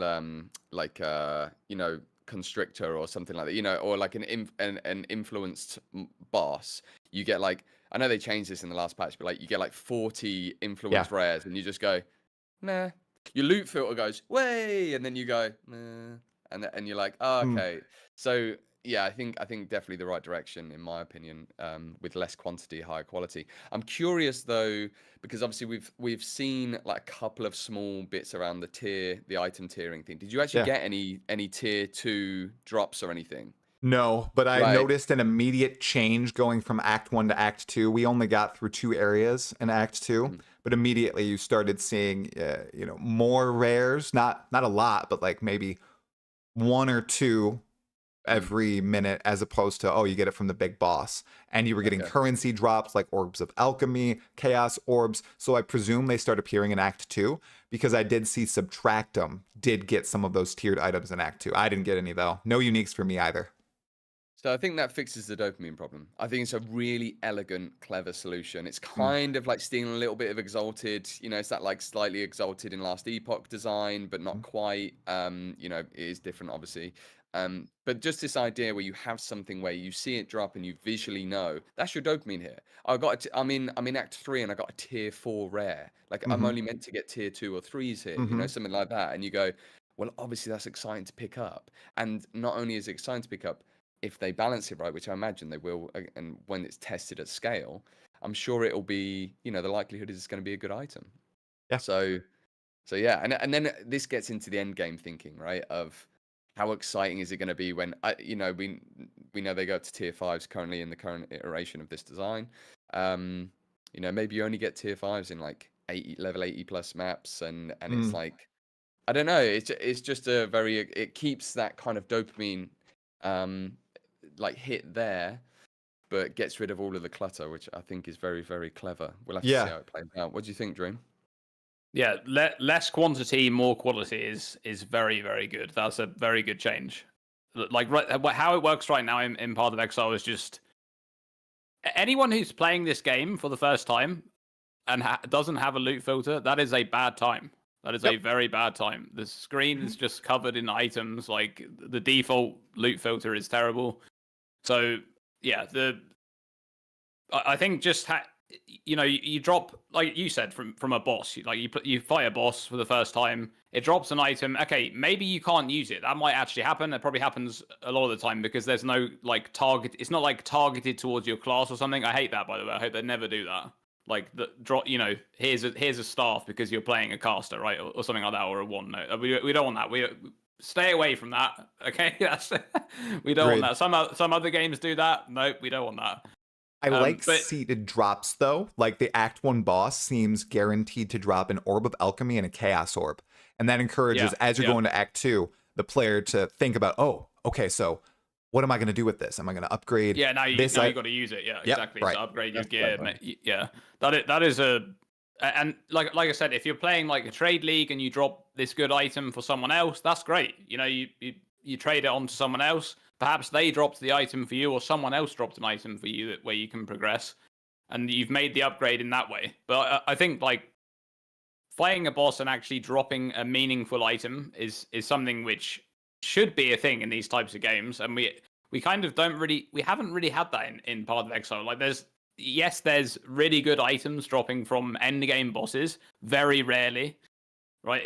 And like Silver said earlier, like there is of course, those items can drop. Whether they drop or not is another thing. Mm-hmm. But going through the campaign and progressing in that area where you actually need those strength boosts because you're fighting harder and harder monsters. Like you actually just have that opportunity to get a good item like then and there from a monster where it makes sense as well. Like you're not just fighting a random trash mob, like one of those apes that you said that's running at you that like does no damage to you, right? And they just drop like a giga item for you, right? It makes more sense that it comes off of the boss or off of like some unique mob that you found in the zone. So yeah, that's a great idea. I just think overall having less items drop that are higher quality is just that's how it should be. Yeah, and right now the only reason we go out of our way to kill certain bosses is for Pantheon, right? Or for or the passive points. And it's so cool to think that you might actually go, do you know what? I haven't had the best RNG this run. Like this character could really do with a little boost. I'm gonna go clear this boss. And also the permanent buffs that we, item buffs that we can get. So yeah, it's that incentive. Yeah, it's exciting. Yeah, entirely agree. Yeah. Okay, so news out of the way. I am pretty sure the next Path of Exile 2 related reveal is going to occur in mid-July with Grinding Gear Games Live. Now, they could surprise us and drop some more info, like they've dropped a ton of info the past 2 weeks here. I don't think that's going to happen. So, if the next time we hear about Path of Exile 2 is in mid-July when 3.25 is announced, what are your top 2 predictions of what we'll see? I'll go last. Let's start with you, Silver. What do you think we're going to see at GGG Live? About PoE2. I actually am really going to struggle answering this because we know that they're currently thinking that they might not have all of the base classes ready for early access, which may or may not be around November time. And so we don't. So it's hard to think. How many classes have we still got to see? Is it 4? 4. Right. Yep. Okay. So it's the Marauder, Duelist, Shadow, and Ranger. No, not Ranger. Who's there? The Templar. Right. Yeah. Thank you. So out of those classes, it's really hard to work out which is the most mechanically unlikely to, this is where my brain goes, is like be ready, right? And like if it's like, okay, we really want to do an entire rework of Rage, maybe the Marauder's least ready. Maybe if it's a stealth thing that they're still working out, like formations with minions, they need to cook on it because stealth didn't work this way. Maybe it's a Shadow. Maybe there's some whole new mechanic for the Templar that we don't know, like, holiness or something. I have some tea from the event. I heard one of the developers say no axe skills have been finalized yet. So I feel like the Marauder is definitely off the table. Right. Okay. Sorry, everyone. And that kind of makes sense, I suppose, in terms of interest. That would make sense to me because the Warrior kind of, I think those two are the most homogenous of the pairings. And I think they would do a really good job to try and make them very different. This Berserker style Marauder maybe or something with Rage and stuff like that. So Templar flails would be cool to see. I guess I'm just listing stuff at this point, but I'll just say what I think I would love to see would be, I really want to see how they handle the Shadow. Yeah. Okay. I think it's a really interesting opportunity to try something around sort of stealth and dagger gameplay and stuff, which I know is a fantasy favorite of many people. It's going to be so tough in a game like PoE. But, if they lean into it, bet they can pull it off. Yeah, who knows? So yeah, that would be it. And yeah, of course, just really curious what they're going to do with the Duelist, because it feels like the one that basically no one cares about, to be honest, at this stage. Like, I don't see many comments of people going, "Oh, I really want to see the Duelist." Yeah. So yeah, what they're going to do with that in terms of parrying, we've seen the active block mechanic on the shields already. That's like super interesting. Never thought that would come to the game, so that's very, very exciting. So yeah, those are the two that I would love to see, but I actually think those are the two we're least likely to see. Okay. Probably. Okay. Yeah. All right. Dreamcore, what are your predictions? Top two. I couldn't For get me, Silver it's- to give a good answer. He's squirreling around it. It's definitely Templar, and I think it's totems for me. I think totems are the thing that I really want to see. I want to see how they're going to address totems in Path of Exile 2, because totems are just one of those really weird things. You either love them or you hate them in Path of Exile 1. There is no in between. So how they're going to go about doing that, because we've got all these crazy minions with the minion monster that's just been shown off. So are they going to do something really interesting around totems? I don't know. Perhaps totems are not really going to be like a major thing in the game. Like maybe they're going to be, because have we seen any traps or mines yet? No. We saw in ExileCon, we saw The items. Richie talked about it and the changes there, but we haven't seen it in game. Yeah, so I don't know. Like totems could be very, very different in Path of Exile too. So I'm just really interested to see how they're going to go about doing those. And yeah, I love that like Templar kind of like Holy Knight style thing, like with the with like a shield and a flail and just like, I mean that directional blocking that you were talking about is just awesome. It looked so good. I think it was Ziggy D's footage that he captured. Where he was just like going through these corridors and there's like these mobs running at him and he's got his shield like pointed towards them and one of them jumps on him but he just like smashes it out of the way with the flail. It's just like it just looks so good. So for me it's Templar. See what Templar's got going on, and totems. Like I just want to know what's going on with totems really. Dream, do you think though that totems will likely be themed around the druid instead of and we'll get something, because in my mind, totems are much more nature-based, kind of like all the marauder druidic. It's either druid or marauder, yeah. Like because we already have the ancestral totems, right, in Path of Exile 1. So yeah, it could be like like you said, like druidic, like kind of druidic ritual going on there, or it could be marauder. I don't really. It depends if they're going to go down that same route with Path of Exile 1, where you do have those specific totems. Like, for example, for the most Templar style totem that you've got is Holy Flame Totem, right? That's like the generic. This is like the Templar's totem. And then you've got the Marauder style totems with the Ancestor totems. But then you just have these spell totems that are not anything specific. They're just, they're just whatever, really. So maybe they do a similar thing where they do explore that on several classes. Like they have this kind of style of totem going on where it's like ancestral totems or holy totems or something like that. But then they have the more generic stuff. I don't know. Like it really depends on how totems are going to work in Path of Exile. Perhaps they just are completely different. We just don't know. Well, we've seen is it seismic shockwave totem, right? And that's like it's much more temporary kind of like activated ability sort of thing, right? And less of a kind of basically a minion, like a minion with no legs, right? So so I don't know. Yeah, you're right. It's going to be super interesting to see what they do with it. Yeah. All right. I think my top two things that we'll see in July. I do think in July, that's about a month away. I think we'll get an early access date. I think that's what we're going to get. I think we're going to get a release date. They have an internal date. I think another month of solid testing, of going through iteration and design, they'll be confident. So I think we'll get that, and I'm going to throw it out there, November 29th. That's the day, all right? Try set it. It's going to be November 29th, right after Thanksgiving here in the States, okay? All right? It'll be perfect. I'll be off. Oh, I'll already be off. That's Black Friday, I think. Yes, let's go. Don't have to take PTO. And number two, the leak by Trevor influences my take here.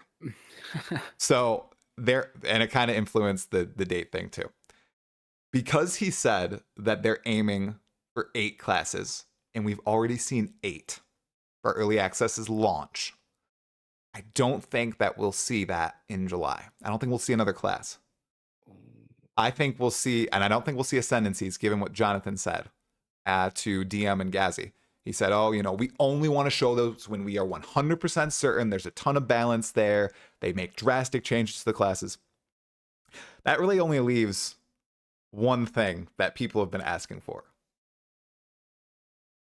It's endgame. I feel like they're going to show it. I feel like they're going to showcase, they're going to answer some questions about mapping. Maybe they'll show one of the endgame bosses or maybe one of the act bosses in its endgame form and show how they're different. Do they have more abilities? Is the arena changed? Stuff like that. I do think that's what we'll see. I wanted to say endgame, but I just don't believe. I just don't. You don't think so? Yeah. No, I don't think it's. They have to have a skeleton, because they can't save that for the They've obviously been working on it. They can't save the biggest part, in my opinion, for last, right? They have to have a skeleton. They have to have iterations already. I feel like they'll want to show it off because at the event, you guys, everybody in the feedback survey, they're like, want to see endgame. Everybody wants to see it. We want to see. That's where we're going to spend 90% of our time. Anybody who is not just going to play through the campaign once will probably spend 90% of their time at the end of the game. So it's the most important aspect. I feel like that's what they're going to go into, but I could be totally wrong. What do you guys think? Feels soon. It feels soon. It feels like we haven't. I don't know. I guess actually, because in my mind I thought, well, of course we're going to get ascendancies before we hear about endgame. I don't know why I thought that. It's because I'm completely just like focused on that maybe. But yeah. It makes sense. It's just I don't want to get my hopes up. I don't know if that's the same for you, Dream, but like as you're saying that, I'm like, yes, give it to us, But then I'm like, oh, I don't expect that, So really, it's more just me trying to cope with. Well, what if Trevor was actually like his slip up on there was actually planned? Okay, hear me out here, right? He's a plant in there. He's like it was planned, and really what's happening is the whole like. Getting in there early is going to happen way sooner. There's going to be all classes there. We're going to have ascendancy. No, I'm just kidding, guys. That's not going to happen. Okay, dude, that'd be insane. Like, because Jonathan didn't address it in the interview at all. I almost feel like you might be right. Like, it might drop earlier than November. But okay, let's stop it. No, let's stop. Come on, let's pull this thread. Let's pull this thread. Hold on. Speaking of date, right? Because you said November 29th, right? That would be 4 months after the launch of the next league, which is 325, right? So do you think that the next league, so 326, is going to launch on the same date? No, it'll launch in December. They'll do another 5-month league probably, right? I think they'll extend the time and do the PoE 2 launch first. They'd never launch. I don't think they're going to launch 326 after Christmas. Like they want to capitalize on like the Christmas sales. That's like their most. That is the one where they do the big supporter packs where people actually spend money. Yeah, December 14th, then maybe. Like 2 weeks into December, they've done a lot of those leagues. Metamorph was December 9th when I graduated from college. I remember going to my ceremony and then coming back and beating Sirius for the first time. I think. No. Yeah, I think I beat Sirius for the first time. I could see them doing the beta launch like maybe a week earlier, maybe like 22nd of November, and then the league starts on like the 6th or something like that. Ooh. I think isn't it usually around? I guess it could be the 13th. It is usually around like the first week of December, right? The end of the first week is if they are launching it in that slot, because that gives them like enough time to, and I don't want to kind of. I mean, I don't want to be negative about the league, right? But Necropolis needed a lot of fixes, Mm-hmm. and there's still stuff that didn't ever get fixed, right? So they do need the time to fix the league before Christmas. So I don't know, like that leaves them like a solid 2 weeks to fix, 2.5 weeks or something to actually fix the league. I don't think 3.26 is going to be as ambitious as Necropolis. I think they're going to go light. They're not going to do, the big scarab rework, a league which is honestly insane in terms of potential with like the Necropolis grave crafting and all that. I think they're going to go really light, and they're going to have a skeleton crew for PoE 1 during that early access launch, because I feel like it's going to be all hands on deck for them. Obviously, I'm not an employee there or anything, But what But I about think- 3.25? 3 point. I think it's going to be pretty big. I think they're I going think to it's gonna, capitalize. I think they're going to go. We've heard nothing. Like I think they're going to go all out on this one. Necropolis had, by all Atlas accounts, it's bosses. one of the worst leagues of all time. Like I mean, from my own personal perspective, I've been playing since Delirium. It's the worst league I've ever played. Like in terms of my own player retention, I didn't really enjoy the league at all. I played less than Crucible. Okay, just get that. Less than Crucible. What's wrong with Crucible? Get out of here, dude. Crucible was absolutely awful, okay? And I played less than Crucible, right? So, yeah, I think they're going to go pretty hard on this one. Like, Yeah. I think they're going to try to address Scarabs, try to address tier 17s, and I don't want to. Come on, man. I don't want to be like the person who's like getting people's hopes up for no reason, but surely they're going to do something with Melee this league. Like Mark said, it's at the top. He said it's the top priority for this Podcast league. over. This Podcast was over. This was his own words, right? Top Cut his mic. priority. Cut his mic. 3.25.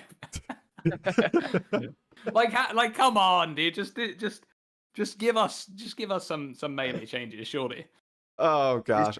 This gets into a broader topic though of like I suppose like you were saying, Try, with it like when are they gonna it's gonna be bare bones whatever they do for 326. I think so. Because who's gonna be playing PoE1? Like realistically, right? Like there's gonna be 2% of this audience that are like, I'm PoE1 till I die. Like I'm never playing PoE2. You know, like for whatever reason they just. Wait, something I just thought of actually. Like, what if 3.26 they actually just don't do it in the normal slot, but by like a long slot Legacy shot, league? right? Like they what they basically do is they're going to do this league that's coming up, and it might end up being like a 6-month league, right? But they might do like events or something towards the end, or maybe in the middle for people who don't want to interact with, because there are going to be people who there's actually a lot of people like that who like don't want to play like part of Exile 2 until it's actually released, until it's a finished product. Yeah. They want to like save that experience for themselves for when it actually, you know. So maybe they do something like mid-league, and by the way, when I say mid-league, what I mean is middle of 6 months. So that's going to be like where the normal league drops, right? Like maybe they actually do something like that. Maybe 3.26 won't actually happen in that slot that we expect it to, and that would actually make sense because then they drive more players towards Path of Exile 2 because they want that fix, and then they get that feedback. You know, They did that in the lead up to 3.0 with Legacy. yeah, League. exactly. Yeah, they had a 6-month league. like yeah. So what about 4.0? This is really Oh, throwing a grenade no. in there, right? But I got to cut your mic. Jesus. no, but if you think like PoE1 has to go through it's going to start a new chapter. The dawning of PoE2 is a new chapter for PoE1. It has to be. And the direction's going to have to be. And they're going to have to find a way to reconcile the community. And you know, it's going to be a very delicate dance. Like, and I'm not going to pretend that I can even imagine how they're going to do it or how they're going to find a way to do it. But they're going to have to find something that's new and exciting for PoE1 around PoE2's launch. And I don't mean because it needs to run at the same time, but maybe like you said, Dream, that just maybe, yeah, what if 325 is 4.0 or 326 is 4.0 and at GGG Live they say, okay, 4.0 is coming, you know, and there's this like announcement. They're like, hey, here's what you've got to look forward to for PoE1, just because I don't know, I feel like I've seen enough product announcements in my life like now where it's like they have to do something to keep people. Oh my god, I've just been thinking that now he's putting ideas in my head. Just think about this, okay? So we have 3.25, all right? It's a good league and or whatever, right? But they, like you say in live, they're like 4.0 is coming, and then we have a 6-month gap. Right, so there's like a huge gap. It's basically the same as like 2 normal leagues. I guess it would be like 1.5 leagues as it is right now because we're on the 4-month cycle right now. But when it actually comes to 4.0, this is like the Atlas expansion that everybody's been. Because dude, like where are the bosses at? Like new bosses. I mean, come on. Like GGG, please. How long has it been actually since Exarch and Eater were added? 2021. I mean, there you go. Like 2021, come on. I... Like that would actually be insane. Think about it. Like even with a skeleton crew on Path of Exile 1, I think they'd be able to develop a good boss in that time. That's a long amount of time, like to be able to develop that type of thing. I am so glad I have you two on the podcast because I am now the least hopium person here. You know, usually I'm filling people's heads with madness. I mean, I've got to have this hopium after Necropolis. I'm sorry, like they've got to come out swinging for 326, like and the live presentation because I mean, come on, dude. I see people in the chat saying the T17 bosses are new bosses. They are not new bosses. Yeah, but they're not. They're reskinned. Come on, guys. Also, I've got to say, like the tier 17 bosses, they're not that interesting. I'm sorry, guys, they're just not. Lies. Like Uber Uhtred, let's go. If you compare, yeah, the Uhtred fight's cool. If you compare those bosses to like Maven or something like that, they're just not that interesting. Like, yes, they're way better than map bosses, like typical map bosses, which are not interesting at all.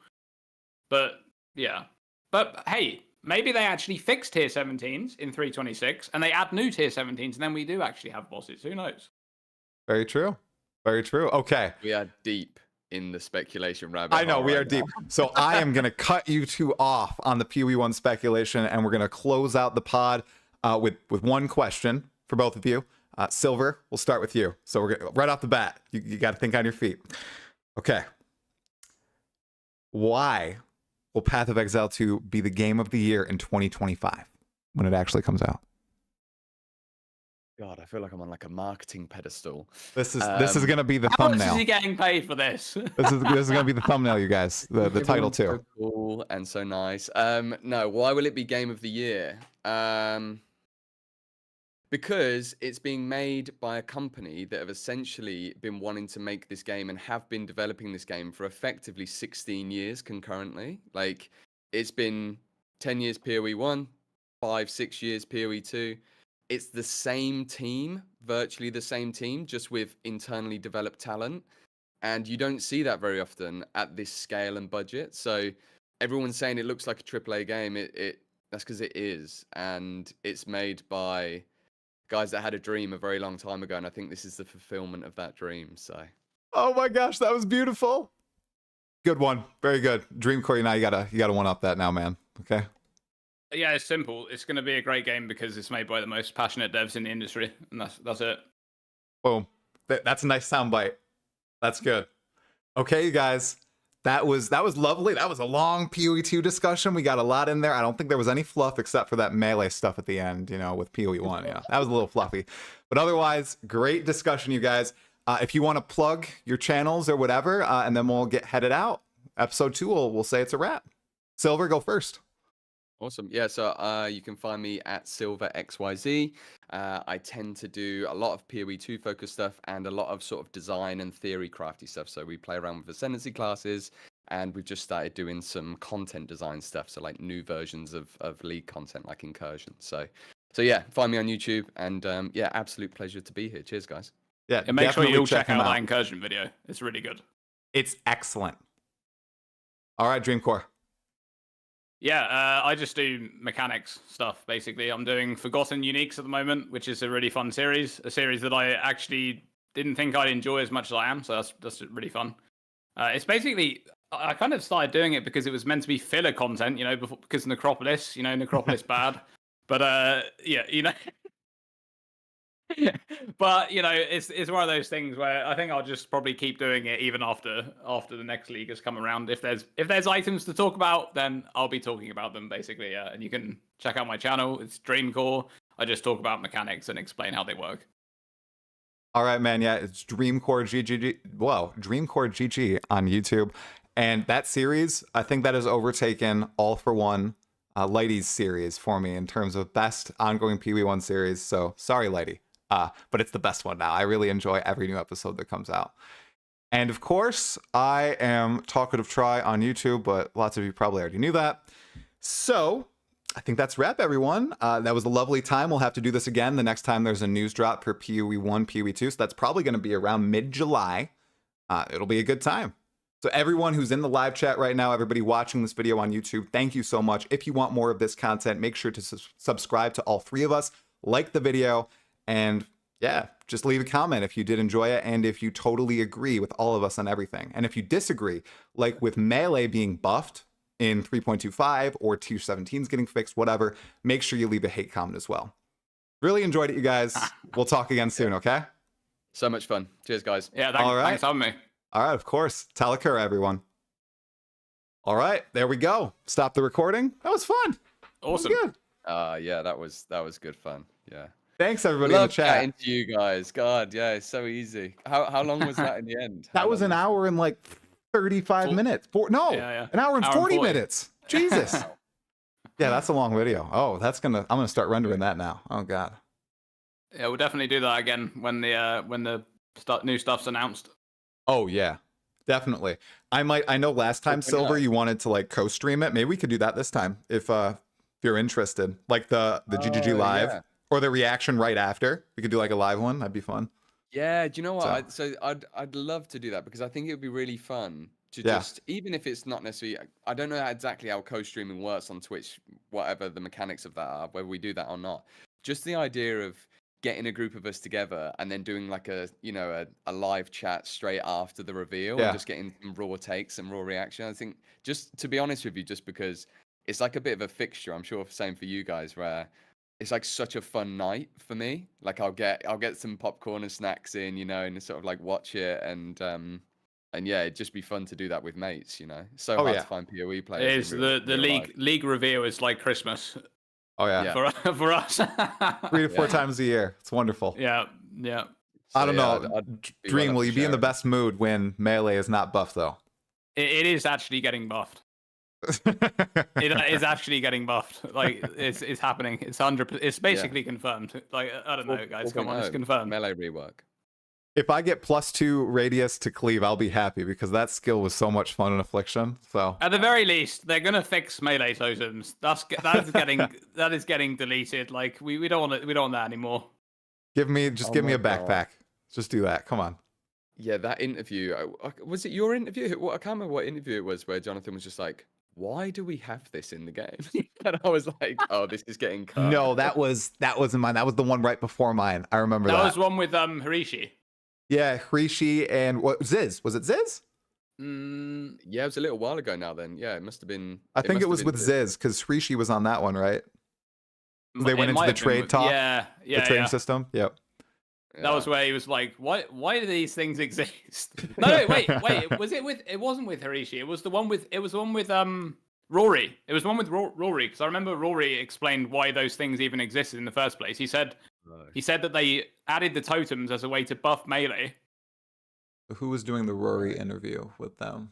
Crap. I don't know. It was definitely the one with Rory because he was the one who actually explained that they just basically added this thing as like a buff to melee at some point without really realizing the ramifications of how that's going to impact gameplay. And then like over time, now they've had to account for this like buff being a thing. Because that's like the worst thing about these totems, right? Is they're literally half of your damage. Like, what is that? Like, just... I know.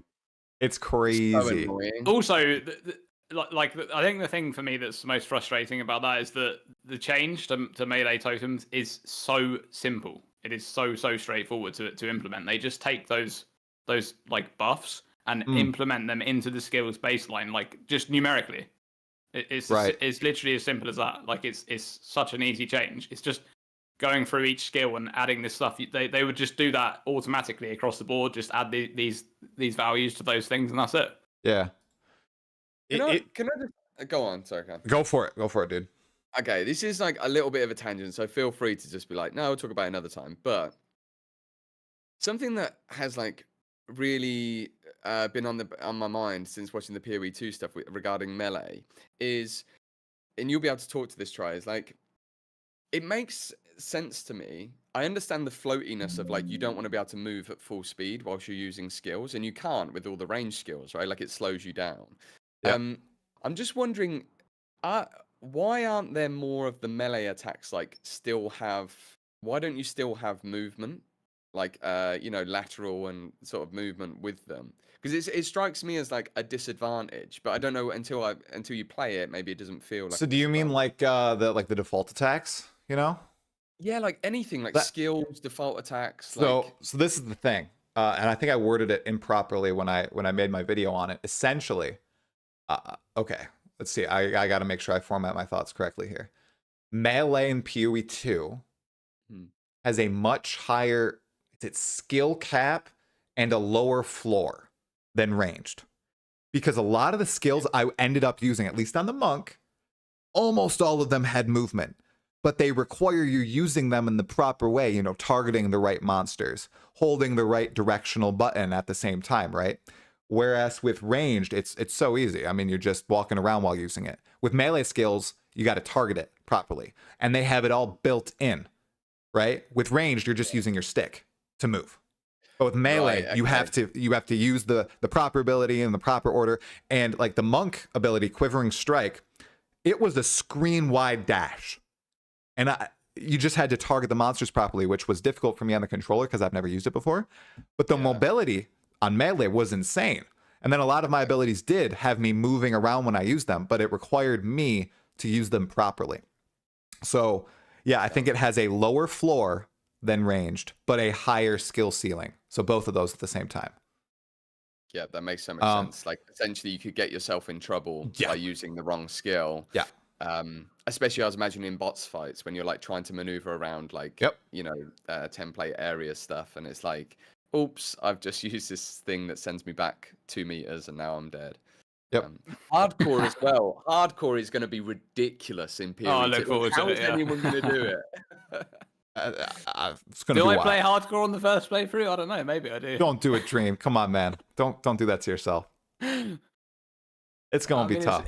It is pretty. It's fun though. Like it's the same sort of experience when they add like a new boss and you just like go into it in hardcore. I mean, Yep. I always see like Ziz doing this thing on like week 1 of the league. Just like goes into the new boss and just dies, and he's always he's always the creator that everyone else is watching. Like you got like Steel Mage there. Like he might even have like equally powerful character, but he's not going into the boss fight because doesn't want to lose his character. Yeah. And Ziz is just in there straight away, and he's just dead. Oh, that's something I should have brought up. On PoE 2 launch, do you guys plan on going like as blind as possible and just going at it? I totally do. Oh yeah. Dude, we don't have that luxury. I'm sorry, guys, but like, come on. Realistically, like, if I'm understanding what you're saying here, it's like we're gonna know everything about the game, right? Like before. I mean, like the everything, bosses, so like all the extra. So I presume, obviously, we've seen a lot. Act 1 and 2, right? Yeah. And Act 4, I think we've seen a lot of. But like Acts 5 and 6, are you guys going to try to try to avoid videos about it? You know, as you're moving through, just go in on launch and try to do your own build, not right? Like that true experimental feeling, Well, I imagine we'll be like the first wave of people, right? Like we'll all be buying keys or getting keys. And just like many of the people watching these videos, it's like, I imagine we won't have time. We won't be on YouTube, right? We'll be like, grinding out our new staff to, or something like that. So, yeah, I imagine we'll get to experience it. Yeah, I suppose that's something we forget about, isn't it? It's like going to be a whole new, wonderful discovery. Oh yeah, it's going to be fun. That's what Jonathan said he's most excited for. He's excited to be a part of. He loved the launch of Path of Exile 1. Because it was just amazing watching everyone's reactions and all that and seeing them discover all the unique items and the interactions. And that's going to happen at such I can't wait for the unique items. Oh my God. And the way they're going to change your characters, guys. It's so exciting. Yeah. Like that one that got shown off, I think it was Ghazi took a picture of like the body armor. It has like the agnostic built into it, but without the energy shield removal. So that just looked really cool. It was a very low level item, so I don't expect you'd use it later on. But it's just, those I just can't wait for that sort of stuff. That is just so fun for me. Like looking through the items and seeing all the possibilities. It's like it's just. And there's going to be 700 at least. They want to have one for every base type in the game. What? Yeah. I love it. It's gonna be amazing, and I think it's something as well. When you're watching like the witch reveal, right? And they're talking about your minions get resummoned after 4 seconds if one hasn't died recently, right? Or temporary minions are only there, for this amount of time, etc. It's like we know there's gonna be a unique item that's like, your minions never die. I don't know. It's just something crazy. Like there's gonna be so many things that subvert and change the ways that these mechanics work. Or like some wild way where your minion, like if your skeleton minions die, they're dead for like a minute, but you know, there's going to be some sort of trade-off and power gain, like the stuff they can do with all these wild skill interactions. Oh my gosh. Or like your contagion never dissipates from like your the minions carrying it, right? Stuff like that. Oh. Yeah, can you imagine like bone armor, right? Like there's like an actual armor that like, you know, all the bones from your skeletons as they die, they like literally build up on you. Because this is one of the things that from a visual point of view, they've said they want to do a lot more, and they can do a lot more because of the team and the rigging and stuff like this. You guys, it's your time to cook. Go. There's a dev taking notes in the chat. Go cook. What do you want? What do you want in the game? Go. No, too much pressure. We're just yeah, we're just glad that keep doing what you're doing. Yeah, it's gonna be great. Oh gosh. Yeah. Oh my. That's super exciting. Yeah. Do you know anything about like armor and stuff in the game? Do you know if armor works the same as it does in Path of Exile 1, or like evasion and things like that? Gosh, I didn't look at the character sheet, guys. I don't think we've heard anything on that, right? Like no, we know that like the way our like stun mechanics work are completely different. The way our freeze works is completely different. So like maybe these mechanics are gonna work differently. It's possible. I didn't look at the character sheet. I should have. Like I'm hitting myself for so many things I didn't do for you guys. Like I tried to do as much as possible, but then I didn't linger on the character sheet or the skill gems or stuff like that. I totally should have. I was just focused on the game. You were just in the moment, dude. You were enjoying yourself playing the game. I was. Yeah. As you should be. Yeah. I know. Yeah. If it ain't broke, don't fix it, right? It's like people have different opinions about like diminishing return scaling and like the sort of slightly confusing but also intuitive way that resistances work, where you know every percent starts to then become more valuable. All this, it's like there's just different opinions about that, but ultimately PoE1, once you understand it, you understand it. It's whether or not you think they need to make it simpler for the new audience. Not simpler as in like the depth of it, but just more understandable intuitively, right? I don't know. Who knows? We'll find out. All right. Well, you guys, I'm probably going to have to get ready for work because I have work in 30 minutes. So okay, I might go on a run to wake myself up. I got up a little early, so it's getting light outside. So very nice here. Run to work. All right. Well, I hope you guys have a wonderful day too. We'll have to collab and do another one of these for GGG Live, okay? Definitely. At least. Yeah. Sounds good. All right, you guys. I'll talk to you later, probably in the chat. Thank you so much. Awesome. Cheers, guys. So yeah. Cheers. Bye. All right, everyone. That was good. That was really fun. It's so easy talking to those guys. Like we do talk over Discord and stuff a lot, but every time we just get on the call as well, it's so easy to chat. We didn't even talk over each other. I didn't say okay and positively affirm all the time. So big W from me. Very happy. All right, alerts are going back on. Thanks for all the follows during the stream, you guys. And Balor Mage, probably not here anymore, but thank you so much for the raid. Appreciate that, dude. I get better each time, Rakatona. Thank you so much. I am trying to improve actively. I'm hitting myself for not getting good audio for that Jonathan interview. The ancestors will remember your actions. The ancestors will remember your actions. Thank you so much, Balor, for that raid. That was awesome. All right, did I miss anything in the chat? I'll check YouTube chat too. What was that? That was great. Thanks, Scott. Price for a key, we don't know yet, Scott. What was that? Yeah, once you learn melee, you'll crush. I think that's essentially what I'm thinking of here. What was that? By the muscular golden arse of innocence. Thanks for the follow, Scott. Yeah, 100% Silver. Seriously, guys, go check out Silver and Dreamcore's channels if you haven't already. They're both excellent. Silver does a lot of PoE2 stuff. Dreamcore does both, but he's focusing a lot on PoE1, and he has great series on that. Quite unique. Thanks, Philatus. I was just grabbing those. You beat me to it. Appreciate it, dude. What was that? Oh, woo. Woo-hoo-hoo. All right, before I hop off, did anybody have any last-minute questions? So many follows. Good stuff. By the muscular golden arse of innocence. What was that? Giving it just a second. By the muscular golden arse of A innocence. lot of follows What there. was that? All right. All right, everybody. Well, it was wonderful. The 5-day streak for streaming. Okay. We're keeping it going.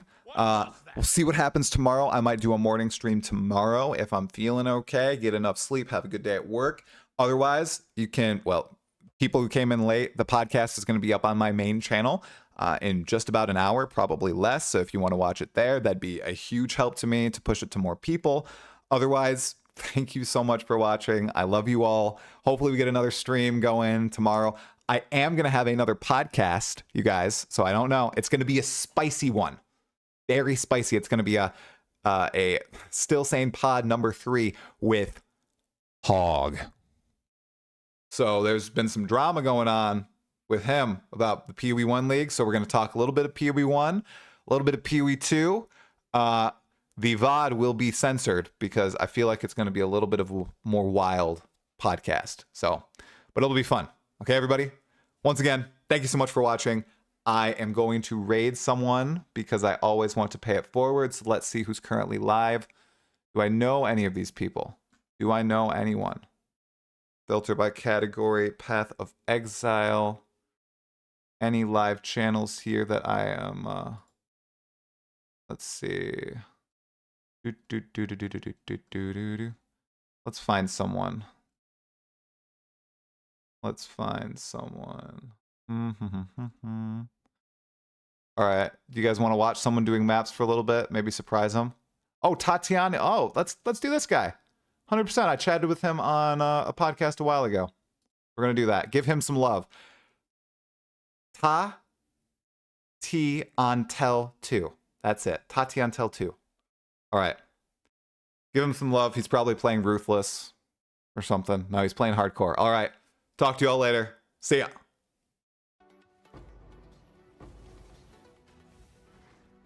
Holy Relic is bad.